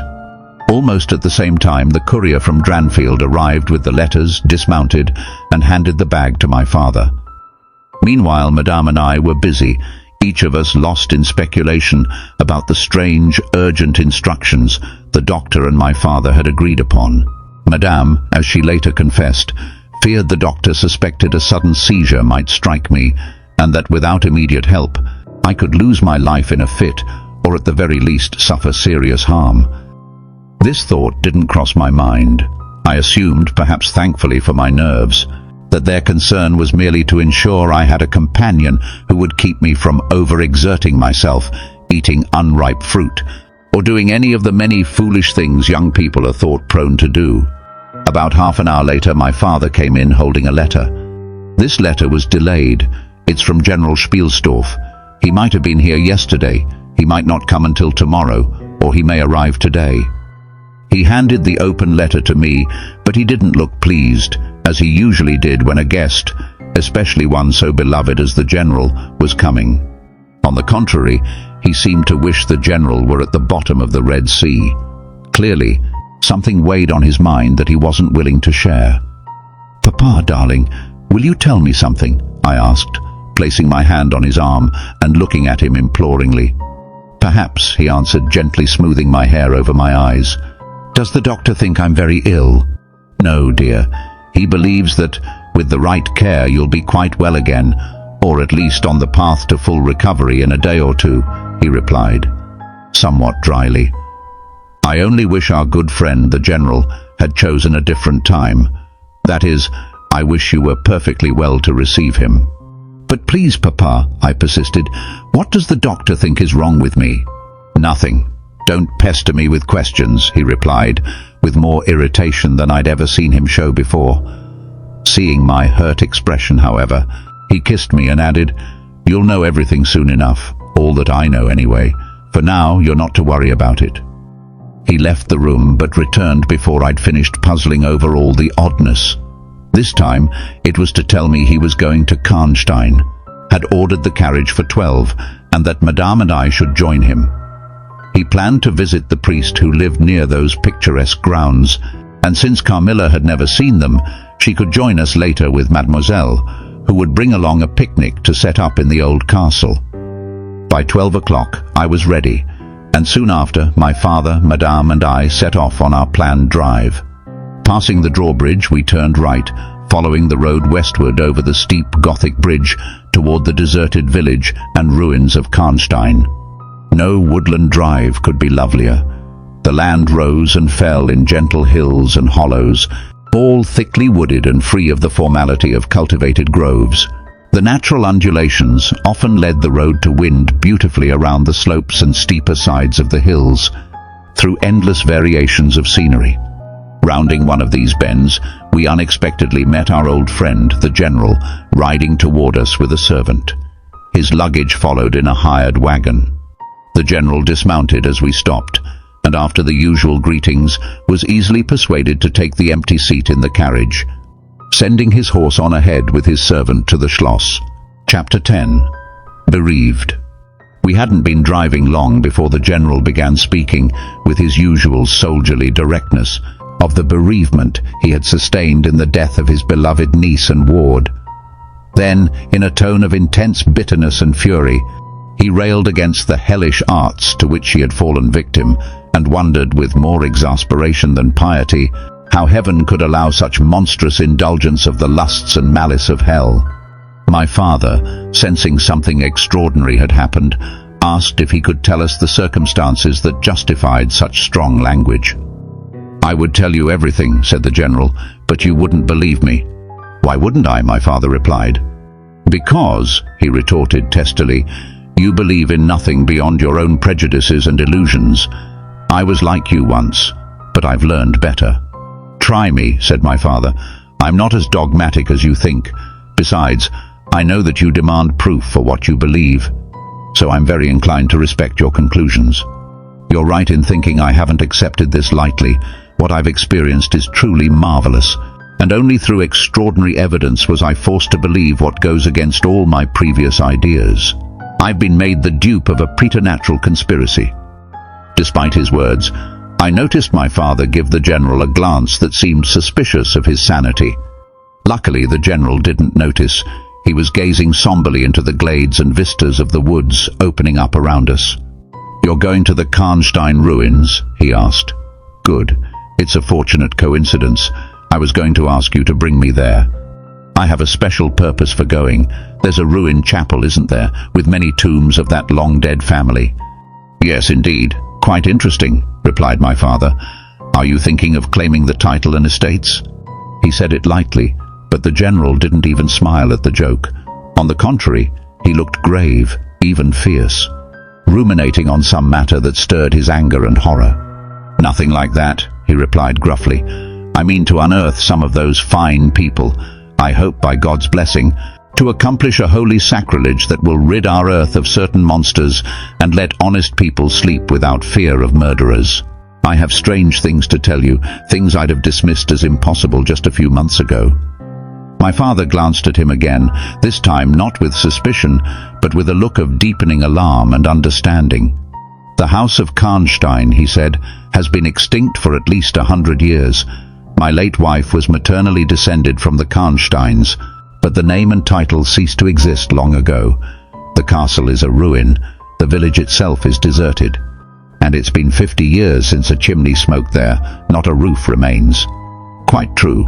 Since I last saw you, I've learned a great deal, things that will astonish you.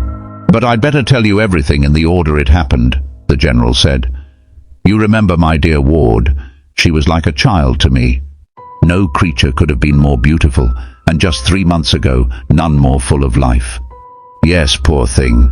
When I last saw her, she was indeed lovely," my father said, voice heavy with sympathy.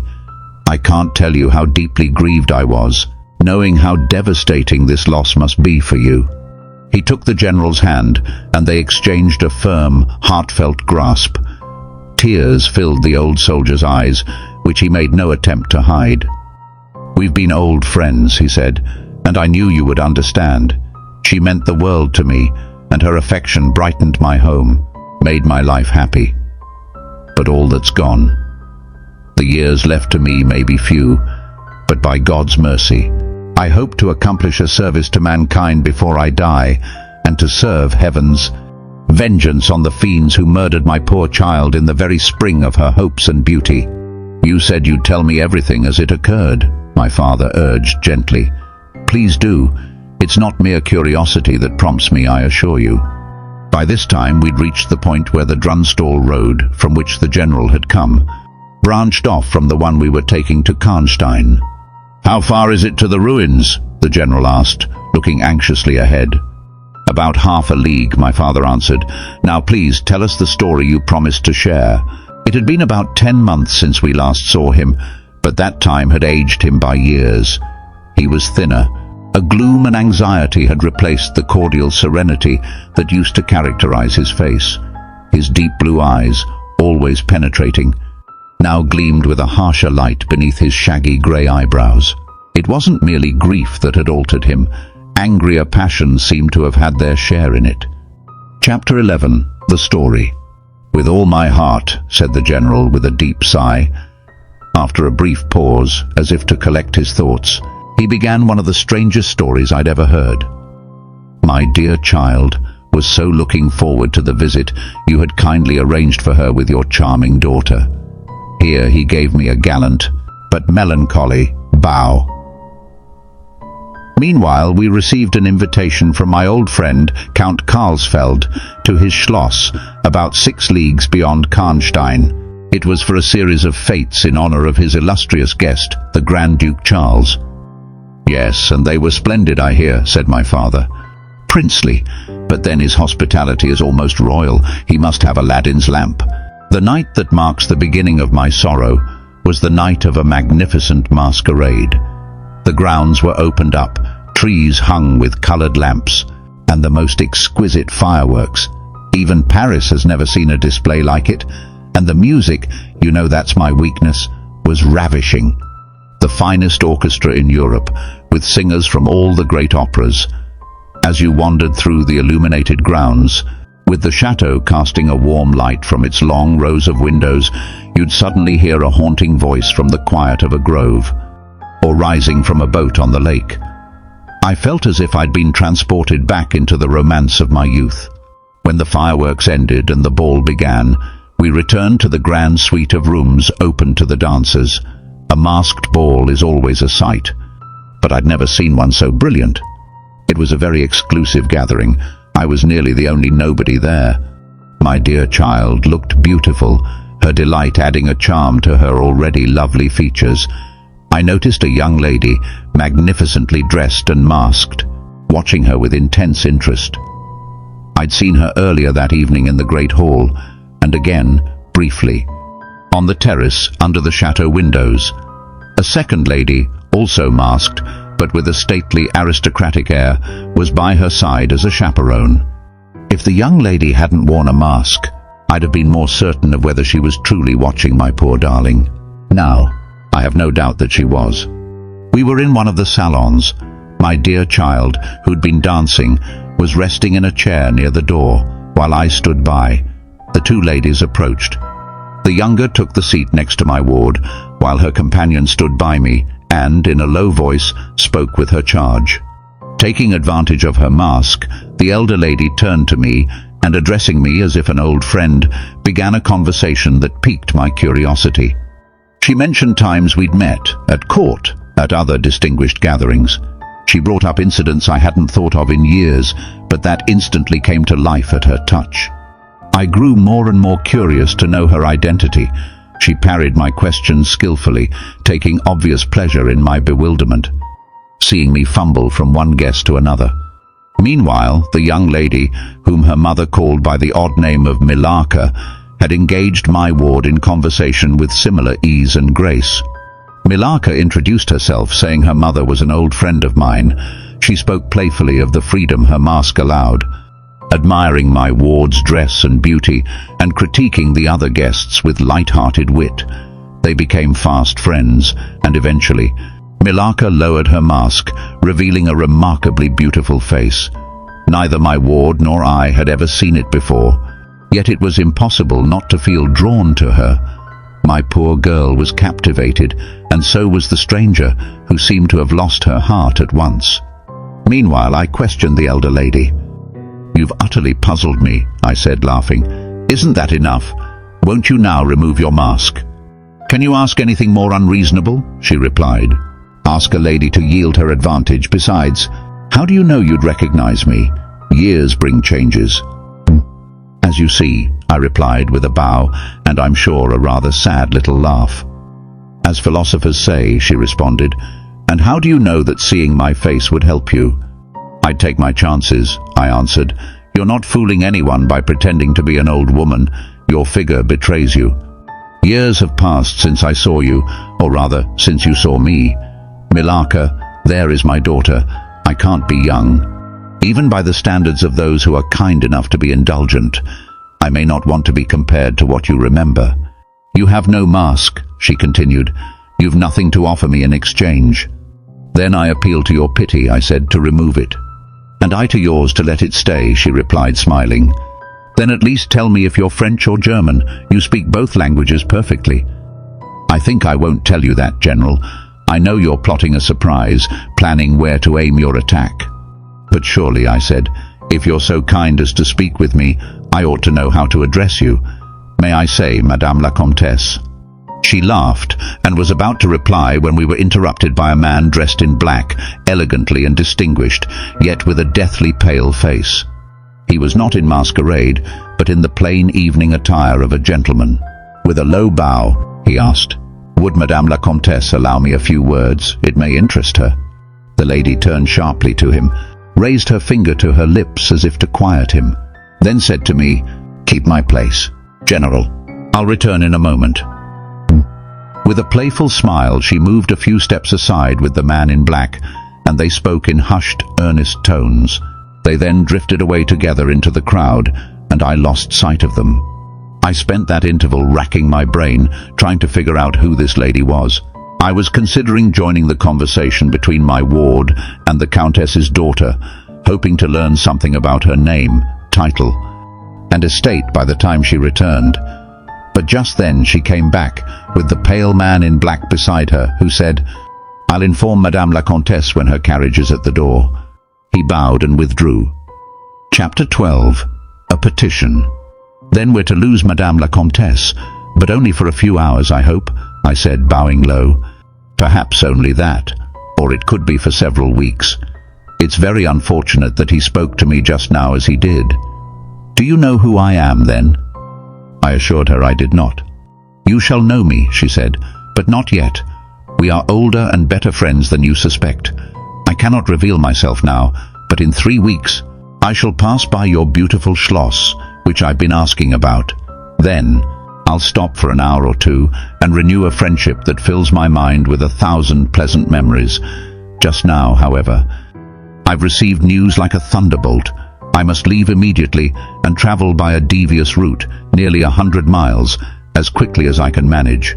My difficulties are multiplying. The only reason I don't ask something quite extraordinary of you is due to my necessary silence about my name. My poor daughter has not fully regained her strength. She had an accident while watching a hunt, and our physician says she must avoid any exertion for a while. We traveled here in short, easy stages, hardly 6 leagues a day.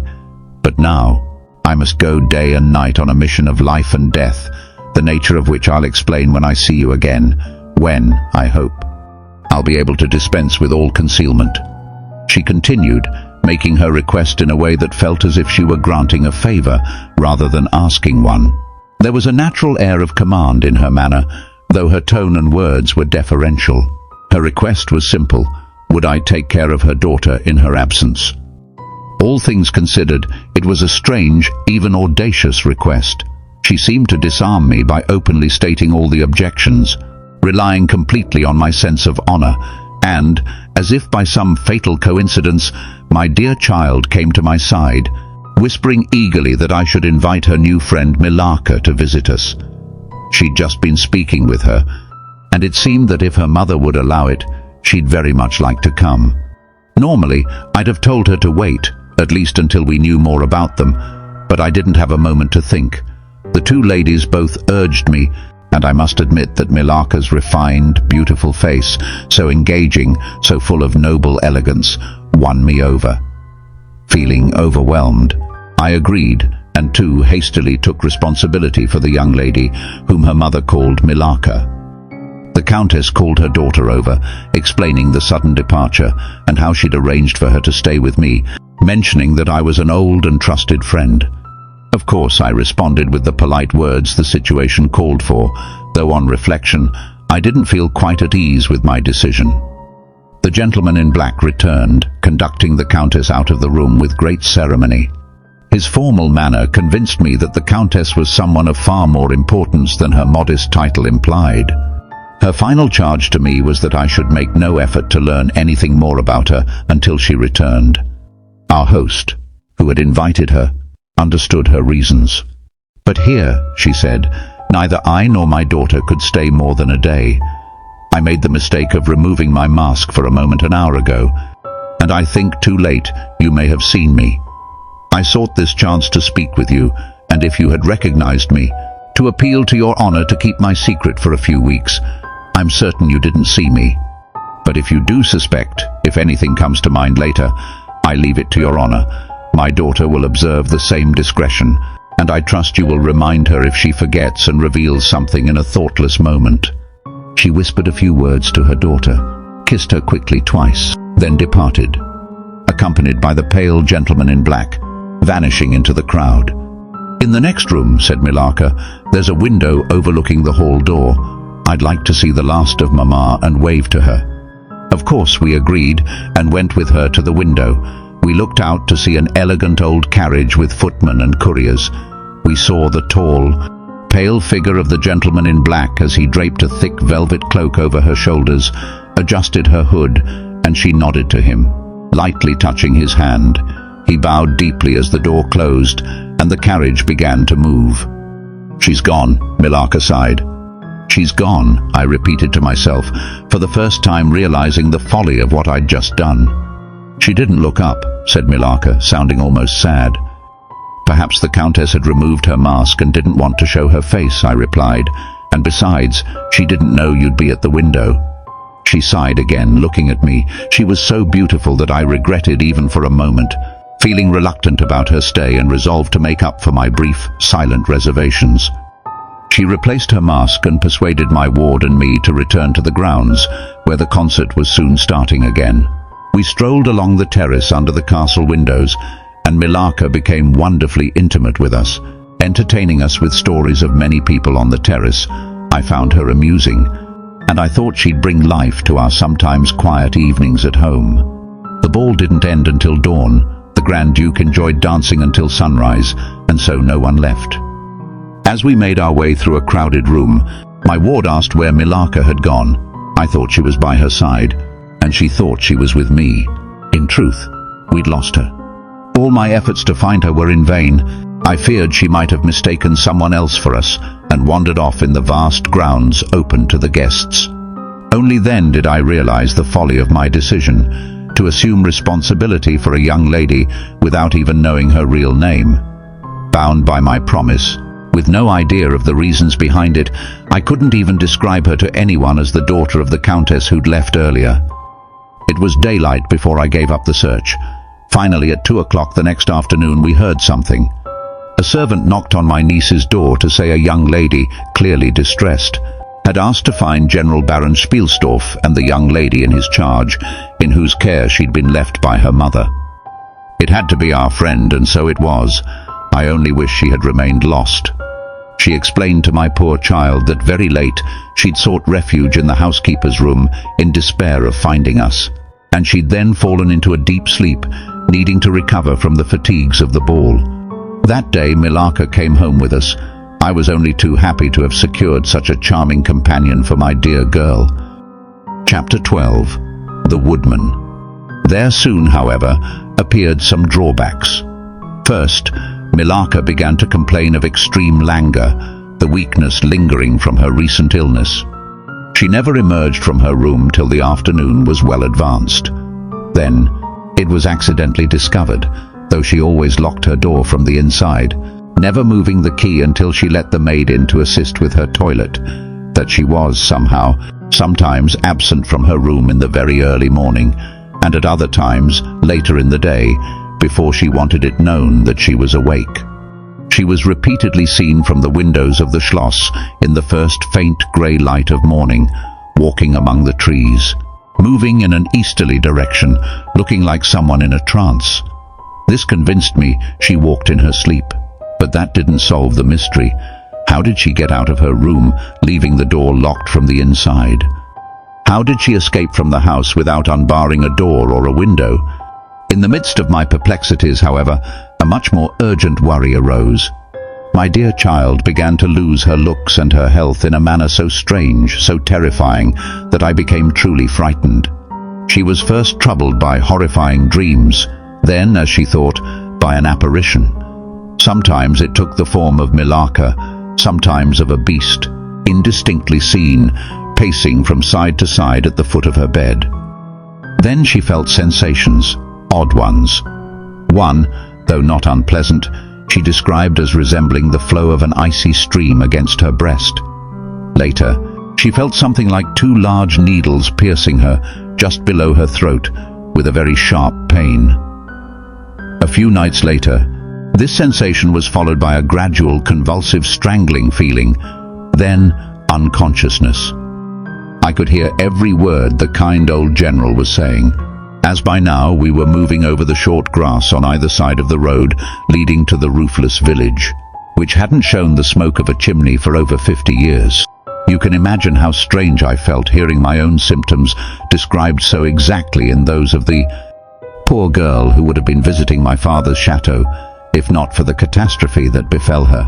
And just as strange was the feeling I had, hearing the general describe habits and peculiarities that were, in fact, the same as those of our mysterious guest, Carmilla. A vista opened in the forest. Suddenly, we were beneath the chimneys and gables of the ruined village, with the towers and battlements of the dismantled castle looming overhead, darkly draped by gigantic trees. In a kind of frightened dream, I stepped down from the carriage, silently. We both had plenty to think about, and in silence, we climbed the ascent to the spacious chambers, winding stairs, and shadowed corridors of the castle. "And this was once the palatial residence of the Karnsteins," said the general at last, gazing from a high window across the village to the wide forest beyond. "A bad family. And here its blood-stained history was written," he continued. "It's awful that they should still plague the living with their atrocious lusts, even after death. That," he said, pointing down, "is the chapel of the Karnsteins down there." He pointed to the grey walls of a Gothic building just visible through the trees on a slope below us. "I hear the woodman's axe at work among the trees around it," he added. "He might be able to tell us what I'm searching for, and perhaps even point us to the grave of Mircalla, Countess of Karnstein." The local rustics preserve traditions of great families long after their names have faded among the titled and wealthy. "We have a portrait at home of Mircalla, Countess Karnstein. Would you like to see it?" asked my father. "Time enough, dear friend," replied the general. "I believe I've seen the original. One reason I came to see you sooner than planned was to explore the chapel we're now approaching." "What? See Countess Mircalla?" my father exclaimed. "Why, she's been dead for more than a century." "Not as dead as you think, I'm told," answered the general. "General, you utterly baffle me," my father replied, watching him, I thought, with a trace of that suspicion I'd sensed earlier. Although there was anger and detestation in the old general's manner, there was nothing flighty. "There remains," he said, as we passed under the heavy arch of the Gothic church, a structure so vast it could be called a cathedral, one object that interests me during the few years I have left, to avenge myself on her, a vengeance I'm grateful God still allows me to seek." "What kind of vengeance?" my father asked, more and more astonished. "To behead the monster," he replied, a fierce flush in his face, stamping the ground so hard that it echoed mournfully through the ruins. His clenched hand raised as though he held an axe, shaking it furiously in the air. "What?" my father exclaimed, more bewildered than ever. "To strike her head off." "Cut off her head?" "Aye, with a hatchet, a spade, or whatever I can use to sever her murderous throat. You shall hear," he said, trembling with rage, rushing forward. "That beam will do as a seat. Your dear child is weary. Let her rest, and I'll finish this dreadful story." The squared wooden block, lying on the grass-strewn pavement of the chapel, made a bench where I gratefully took a seat, while the general called over the woodman, who had been clearing branches from the old walls. Axe in hand, the sturdy old fellow came over to us. He couldn't tell us anything about the monuments, but he said an old man, a ranger of the forest, was staying with the priest about 2 miles away, who could point out every monument of the Karnstein family. For a small fee, he offered to fetch him on one of our horses, promising to return in less than half an hour. "Have you been working in this forest long?" asked my father.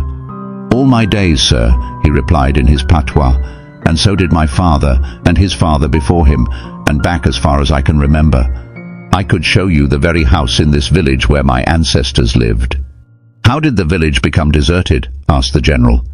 "It was troubled by revenants, sir.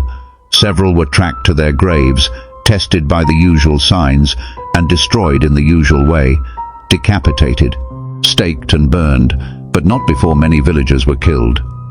But after all the legal procedures had been carried out, so many graves opened and vampires vanquished, the village still wasn't safe.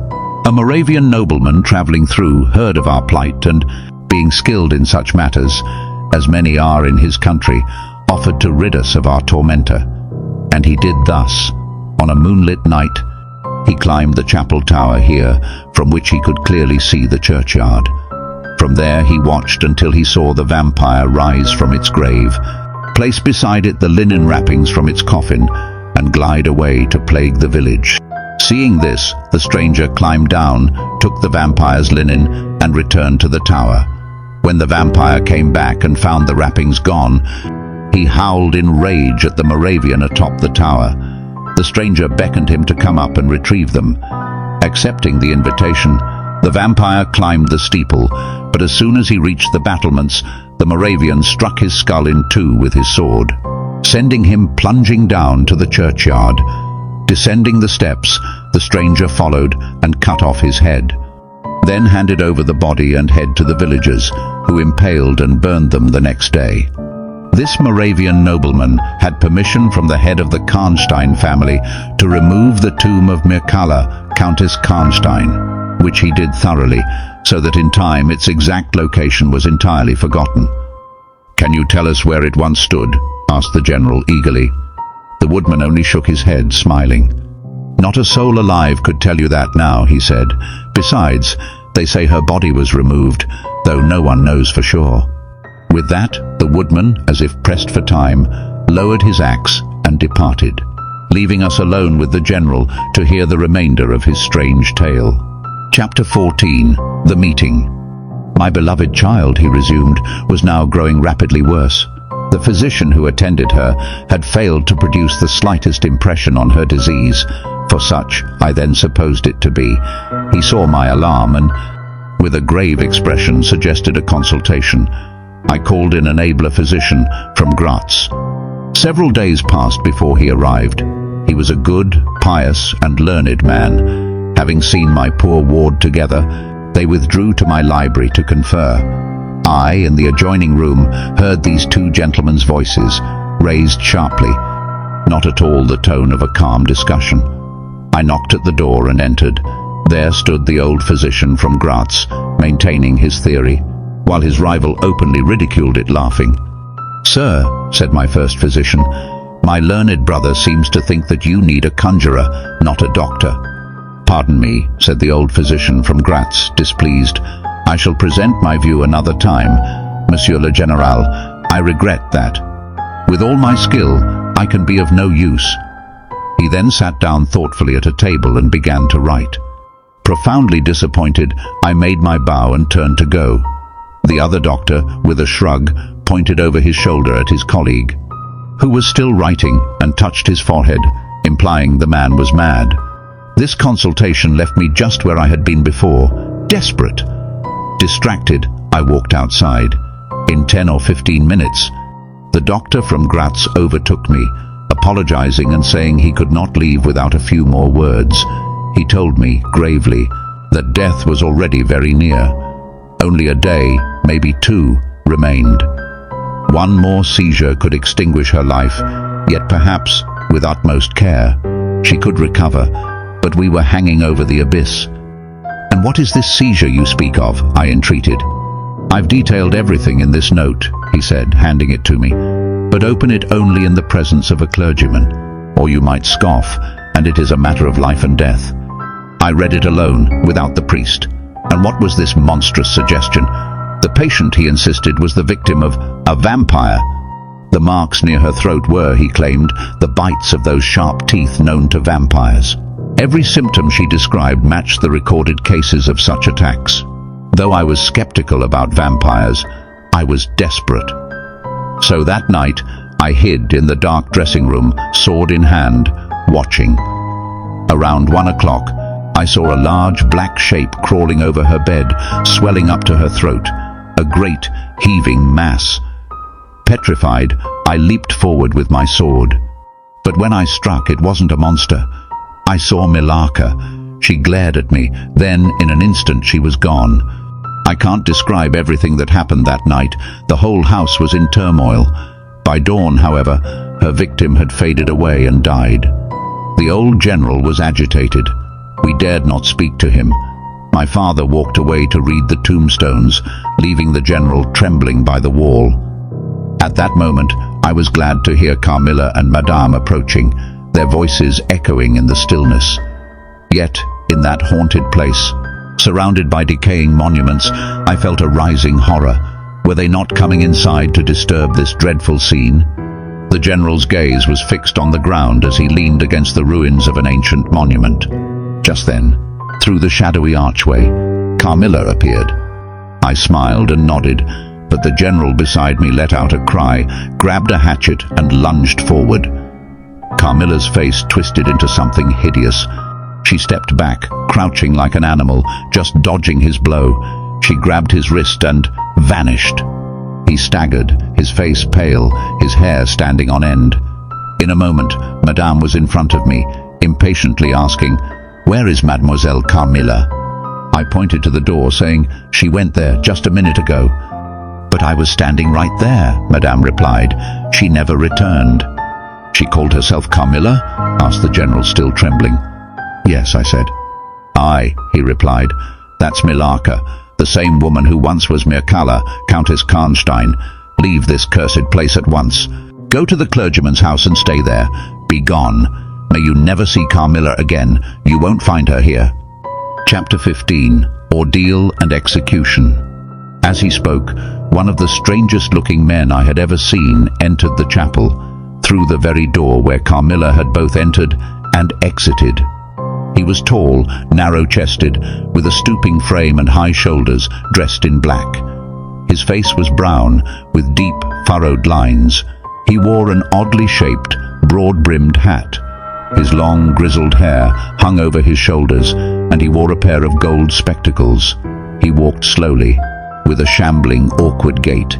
His face at times lifted to the sky, then turned down towards the ground.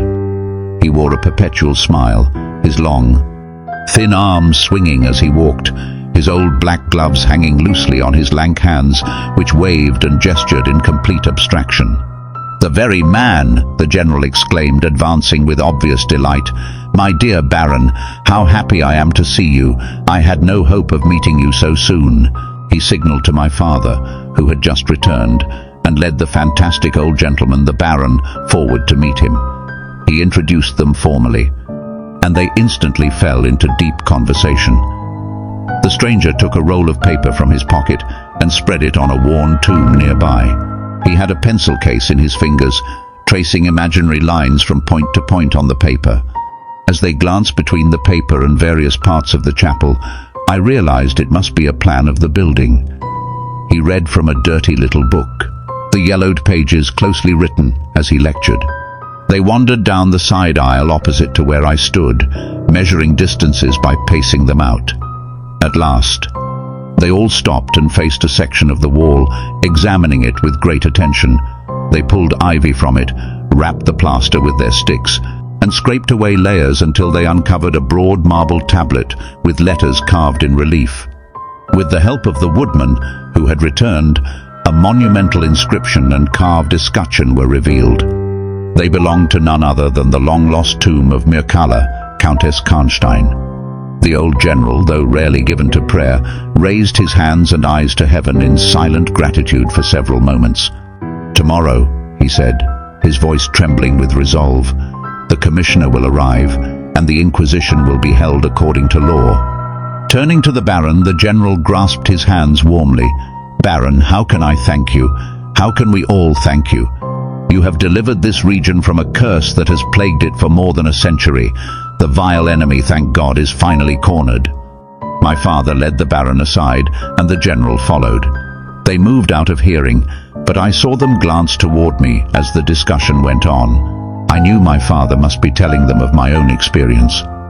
He soon returned, kissed me several times, and led me out of the chapel, saying, "It is time to go home, but first, we must stop by and persuade the good priest who lives nearby to accompany us back to the Schloss."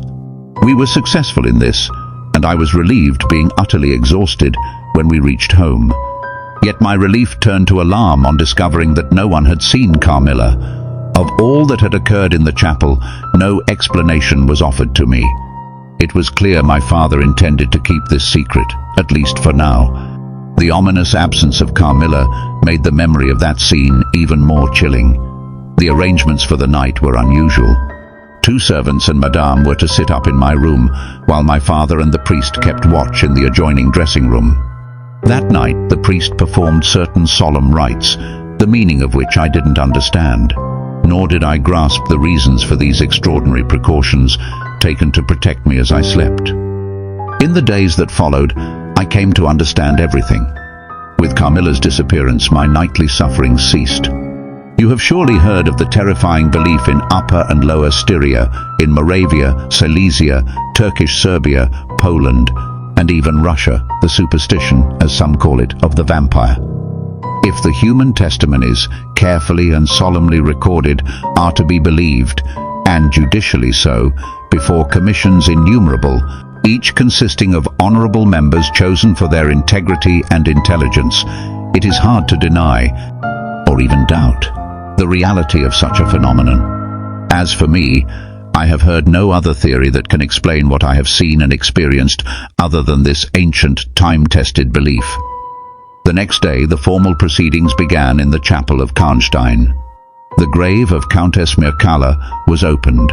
My father and the general recognized, in the face they uncovered, their deceitful and beautiful guest.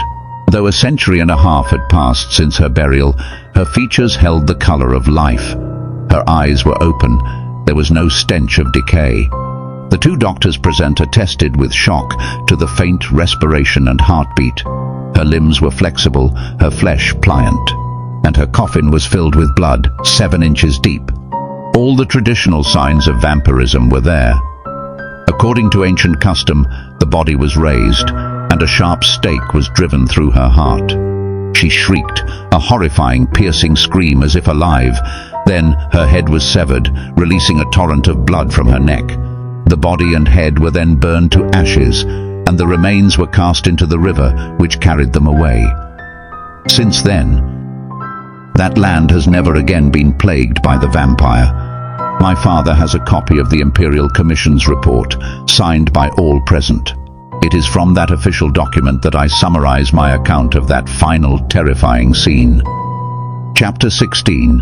Conclusion. I write all this, you suppose, with composure. Far from it. I can't think of it without a shiver of agitation. Nothing but your repeated, urgent requests could have induced me to sit down to this dreadful task, one that has unraveled my nerves for months to come and reawakened the shadow of that unspeakable horror which, even years after my deliverance, haunted my days and made nights unbearable, solitude insupportably terrifying. Let me add a word or two about that strange Baron Vordenberg, to whom we owe the discovery of Countess Mircalla's grave. He had taken up a modest abode in Graz, living on the bare remnants of what had once been his family's vast estate in Upper Styria. He dedicated his life to the painstaking study of the terrifyingly well-documented lore of vampirism. He knew every major and minor work on the subject at his fingertips.